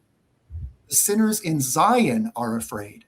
So what does that mean? That means there are sinners in Zion, and I think we've identified some of them. The sinners in Zion are afraid. Fearfulness hath surprised the hypocrites. I think we've surprised some of these hypocrites with this research and what we're doing. Who among us shall dwell with the devouring fire? Blah, blah, blah, blah, blah. Okay. The point is, again, if you believe the standard that you were given, you shouldn't be surprised to see that there are sinners in Zion, and you shouldn't be surprised to see that they're afraid and that they're fearful because you've surprised them based on their hypocrisy. That's all part of what I was taught growing up, that this would happen. sort of my final thoughts are, if I had to describe these men and women who joined fraternities and sororities in the Church of Jesus Christ of Latter-day Saints in one word, it would be a Hebrew word. And the word is hanef. The word hanef means to be profane, defiled, polluted, and godless. Or godless. It shouldn't be and godless, or godless. I don't think that these men and women are godless. I don't think the Church of Jesus Christ of Latter-day Saints is led by godless men and women. But I think that they compromised and they became profane, defiled, and polluted through the choices that they made. And I think in order to move forward, we're going to have to do something about that. Now, nature is taking care of a lot of that because most of these men that we've talked about today are dead. And so maybe God is presenting us with an opportunity to do better moving forward. But in order to do better moving forward, we have to look backward and acknowledge the mistakes that we made.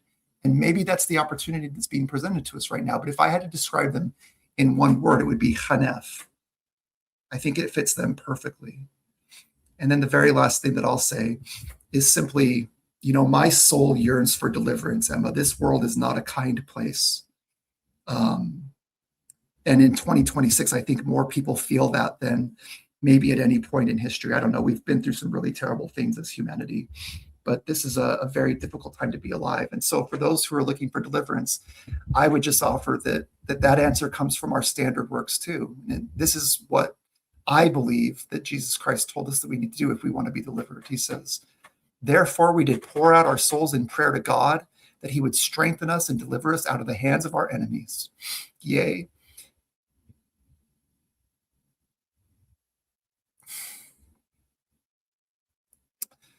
and also give us strength that we might retain our cities and our lands and our possessions for the support of our people.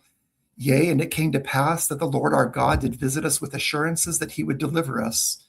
Yea, insomuch that he did speak peace to our souls, and did grant unto us great faith, and did cause us that we should hope for our deliverance in him. So I just want to tell those of you who are watching today, if you feel hopeless, and if you don't feel peace, and if you don't know if God has the power to deliver us from these awful situations that we find ourselves in, I just want to tell you that I believe that you have reason for hope, and that the way to get that peace that you're looking for is to do what it says in this scripture, which is to pray and to ask God to deliver us because of the bad choices that we've made.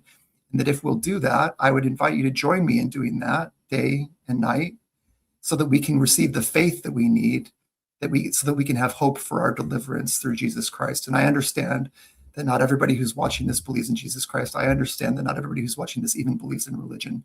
And so please forgive me for taking the time to do this. But if you're in that position, I would invite you to join me, because that's how I'm approaching this. I do not see a way forward where human beings can deliver ourselves from the awful situation that we've put ourselves in. And so I'm putting my faith in Jesus Christ. That's what I choose to do. And I would invite you to do that with me if you'd like to.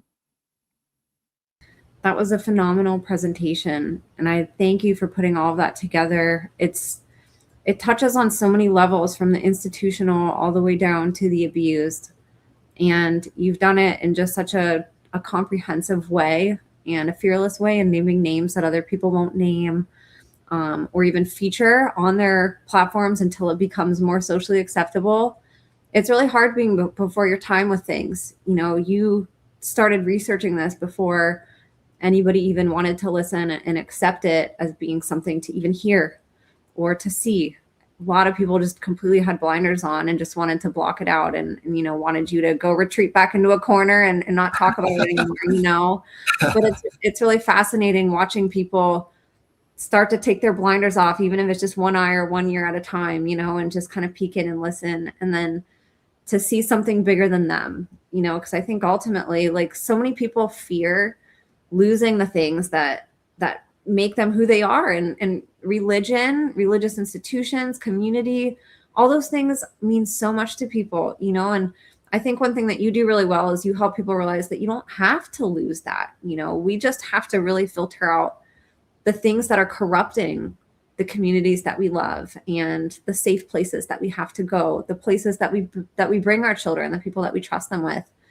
And I think that that's like a really important lesson for people. And even how you were saying, don't put me up on a pedestal. and we shouldn't do that with anybody, including church leaders. Everybody's human. We all have flaws. We all have things that we've done. We've all sinned, and thankfully we have a loving God that, died for our sins, but at the same time, the difference between you, Justin, and these people is that you admit to being a sinner. They don't. They show up and pretend to be the all-knowing, all-seeing eye. They're the God, and they can do no wrong. And anybody who accuses them, there's no conversation had. They're just out of sight, out of mind. And that's not fair. They too are human. We all have sinned. And we should not hold anybody up on a pedestal to the point where we're willing to sacrifice our own children and their safety to protect the image that we've been sort of, brainwashed to envision and imagine that's what these people are. It's okay to take people off and to realize that they're human, and to realize that it's okay too, that for change, change can be so good if we can get the right people into these positions to help lead in a way that is with safety and protection of the members and not just the reputation of the institution itself. Like, imagine what changes that would happen in our world if we really dialed in everywhere where there's this type of model and demanded, good leaders that lead from the heart and that put people first, that are servants to their community. It would be a beautiful thing, and I think that's a good thing to remind people of, that we're not just trying to get people to leave a church. And anyways, that's not your responsibility, Justin. You're delivering information. That shouldn't be a question people put on you. Everybody's able to make their own decisions based off of that. If you leave the church, great. I'm happy you made that decision. If you feel that's right. If you want to stay, I'm still happy for you. And I'm sure you feel the same way, Justin. That's not anybody's responsibility who stays or goes. It's just we're trying to get information out. But the point is, we should want to make these places safe, and we should want to make them communities that we don't have to worry about our children and what happens to them. We don't have to worry about hard conversations being had and accountability being held, and that everybody should open up to that possibility that we could make things better than they already are. If you already love your community, imagine how much better it could be without any rot or filth sitting at the top, and no secret handshakes to protect one another. It's everybody's an equal here. We all have each other's backs, and we know from the top down that everybody here has, the integrity to protect one another and to do the right thing, and so I just really appreciate you leading from that place and being able to encourage other people to do the same and to help people understand that there's something better around the corner. This is all really dark, what we're uncovering, but shining a light on it is the first step to making a change for the better. And I think all of us should want that for ourselves, for our communities, and especially for our children and people who have been harmed by these institutions. And so I really thank you, Justin. I love listening to you. I could listen to you all day. I think a lot of people agree. I'm grateful you haven't given up, despite I know that this has been a really hard journey in many ways. And, I also just want to encourage you. One of the things that the enemy does best is attacking character and attacking us for our sins. Never your work. They're not going to come and talk about that all your work is wrong. They're going to try to pin that on you. I've had that done to me a million times, and it's been really hard for me too, picking up things from my past or photos that I've taken and, blasting me, making whole podcasts and videos, blasting me as a person and making me look like an idiot. And it's like, okay, but what about my work? You just said nothing about my work. Go ahead and pick me apart. I put all that stuff on the internet myself. I did it, I'm a Right. sinner too. I've done things wrong, and there's things that if I would have known what I know now back then, I wouldn't have done. But I'm a human too. But that's a tactic of the enemy, is attacking the person who's trying to do a good job, and so wear that as a badge of honor too. It's not easy to go through that. But, like I said, the difference between you and these men is you can admit that you're a human being who has faults and who's growing from them and learning. They can't. And I would take talking and trusting a person like you any day over shaking hands with people like them. So I thank you for everything that you've done. Well, thank you so much. It's just, it's always an honor to be here. And, you gave me kudos, and I don't mean to turn it into a mutual admiration society, but people need to understand how difficult it is to find people that will put this online. And so thank you for having the courage to let me be here and say the names that I say. I can't tell you the number of times I've heard people say there's a real story here, but we can't take the chance of being sued if you mention so-and-so. And so thank you for your courage. It's my honor. I'll take being sued any day. I've actually been threatened with so many lawsuits. Like, not one person has followed through. Not one single person has actually sued me. I've just gotten all these different letters and threats, and not a single one. So if somebody wants to go to court with me all about being child molesters and child rapists and programmers, let's go. Bring it on. Let's do it. Let's do it. I'll happily sit in court and face those people. I love it. But it's an honor to be here with you. And I can't wait to have you on again as more of this unfolds, and hope you continue doing what you're doing. And is there anything that you wanted to close with, or anything you want to share, especially how people can connect with you? I mean, it's just LDS Abuse on X, at LDS Abuse. And then I am on TikTok.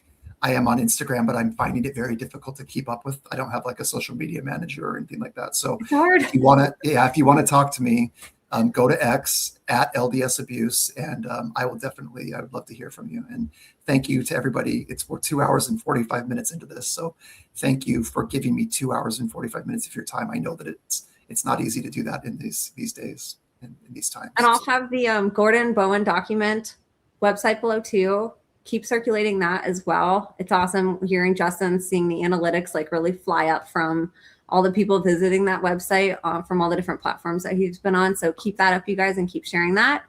And you guys listening are the backbone. And again, we can all be the change that we want to see in the world. It takes all of us. We all have our part in this. As Justin said, we can't tell you what that part is, but you know in your heart, and pray about it and figure out what that is. And there's no action that's too small to help with this. So I ask you guys to pray over Justin. We'll be praying over all of you, and just bless you guys. And thank you so much for listening. God bless you all, and we will see you next time.